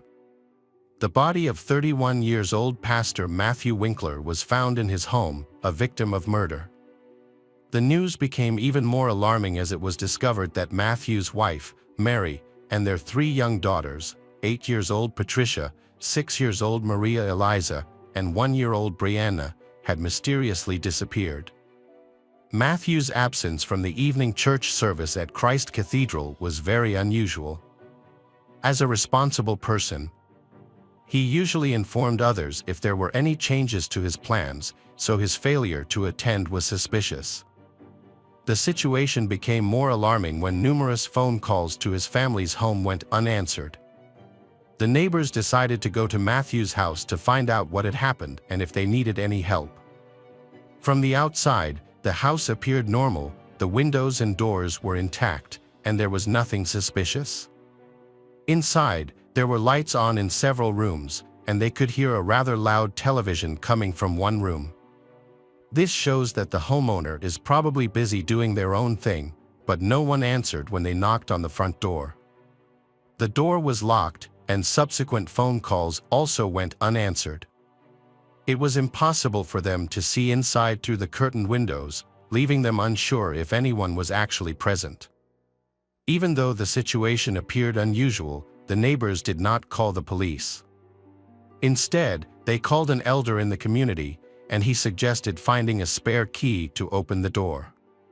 It took an additional hour and a half to find a key, but once they entered, they encountered a strange and unsettling atmosphere. The interior of the house was perfectly intact, with no signs of forced entry, but the owners were missing. At first glance, everything seemed normal, but this sense of normalcy changed when they entered the master bedroom. In Matthew and Mary's bedroom, they witnessed a horrifying sight. The pastor's Matthew body lay on the floor, in a large pool of blood. A massive gunshot wound had torn through his back, with blood splatters covering the surrounding area and dried, bloody foam on his face. The body had stiffened, indicating that it had been lying there for many hours. Matthew was still dressed in his pajamas, suggesting that he was likely shot in the morning. It was not until this time that the police officially received a call reporting this tragic incident. By the time the police arrived, a large crowd had gathered around the house, including neighbors, church members, and people passing by. However, the presence of this crowd caused big problems for the investigation. As they stood around, they unknowingly left behind fingerprints and inadvertently damaged or destroyed evidence, making it much harder for investigators to do their job.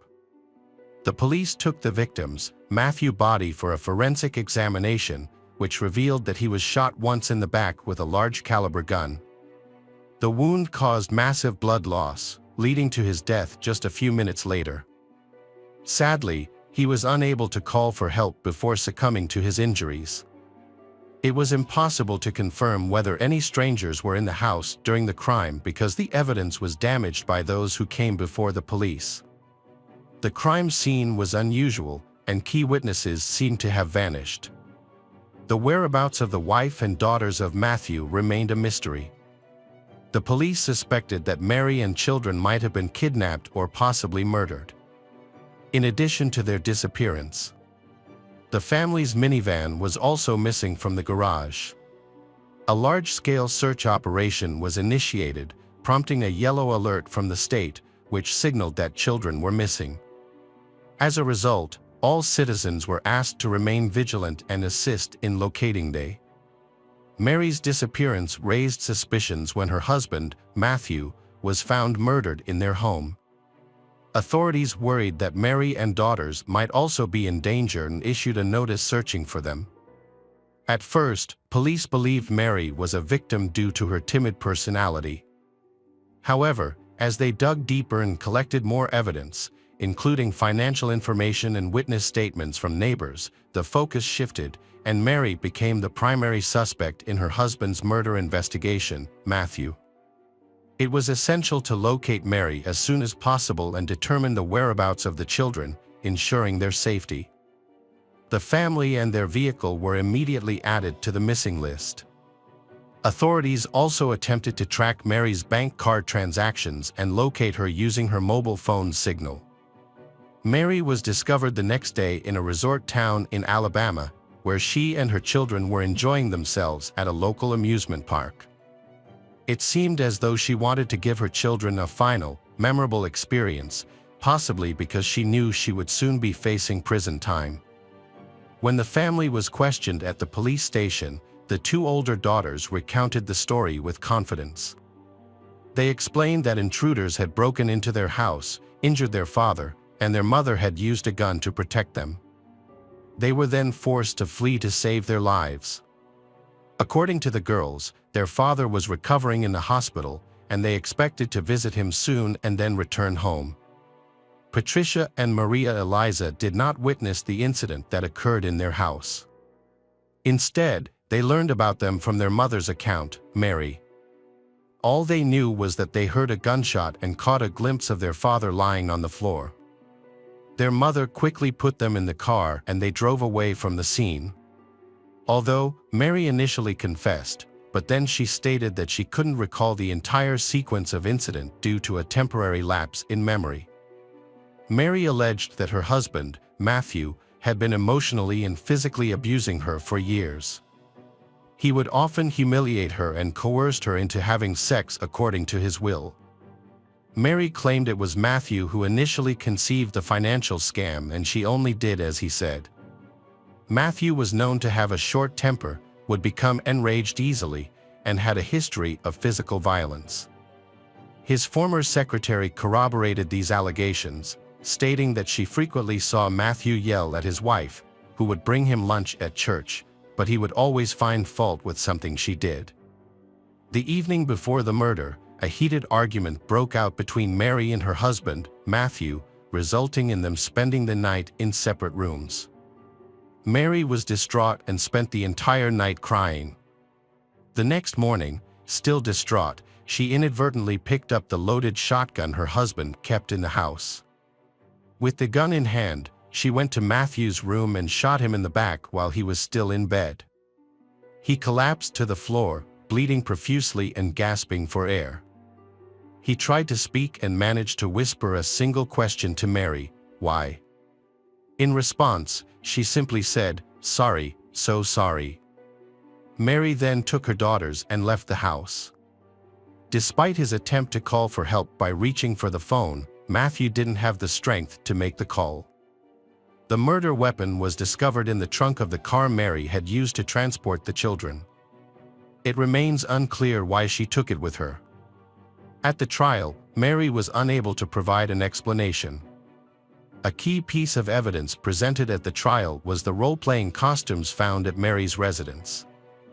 These pieces of evidence proved that Matthew had forced his sexual desires on his wife and how he had abused her. Mary's reaction upon seeing the costumes was striking. She initially turned pale and then became hysterical. Despite providing multiple, conflicting accounts of the events, the court ultimately concluded that she was a victim of domestic abuse. The court found that Mary's years of accumulated feelings of anger, resentment, and pain eventually led to the murder. Despite acknowledging her history of abuse, the court still held Mary accountable for her actions. In April 2007, the court reached its final decision. Mary Winkler was convicted of involuntary manslaughter, but her mental state at the time has caused much controversy. Initially, it was anticipated that Mary would face a minimum prison sentence of 6 years. However, she was ultimately sentenced to less than 1 year. A portion of this sentence, Mary spent 2 months in a psychiatric hospital where experts evaluated her mental fitness to regain custody of her children. Upon Mary's release in summer 2008, she was given custody of her daughter, who had been living with their paternal grandparents. However, Matthew's parents were outraged by this decision, as they firmly believed Mary was responsible for their son's death and felt Mary hadn't received an adequate punishment. They were further distressed by the thought of their granddaughter being cared for by the woman they thought had intentionally killed their son. Despite multiple attempts to appeal the custody decision, they were unsuccessful. Meanwhile, the fraud case against Mary was dropped, as the bank chose not to file formal charges and pursued the matter no further.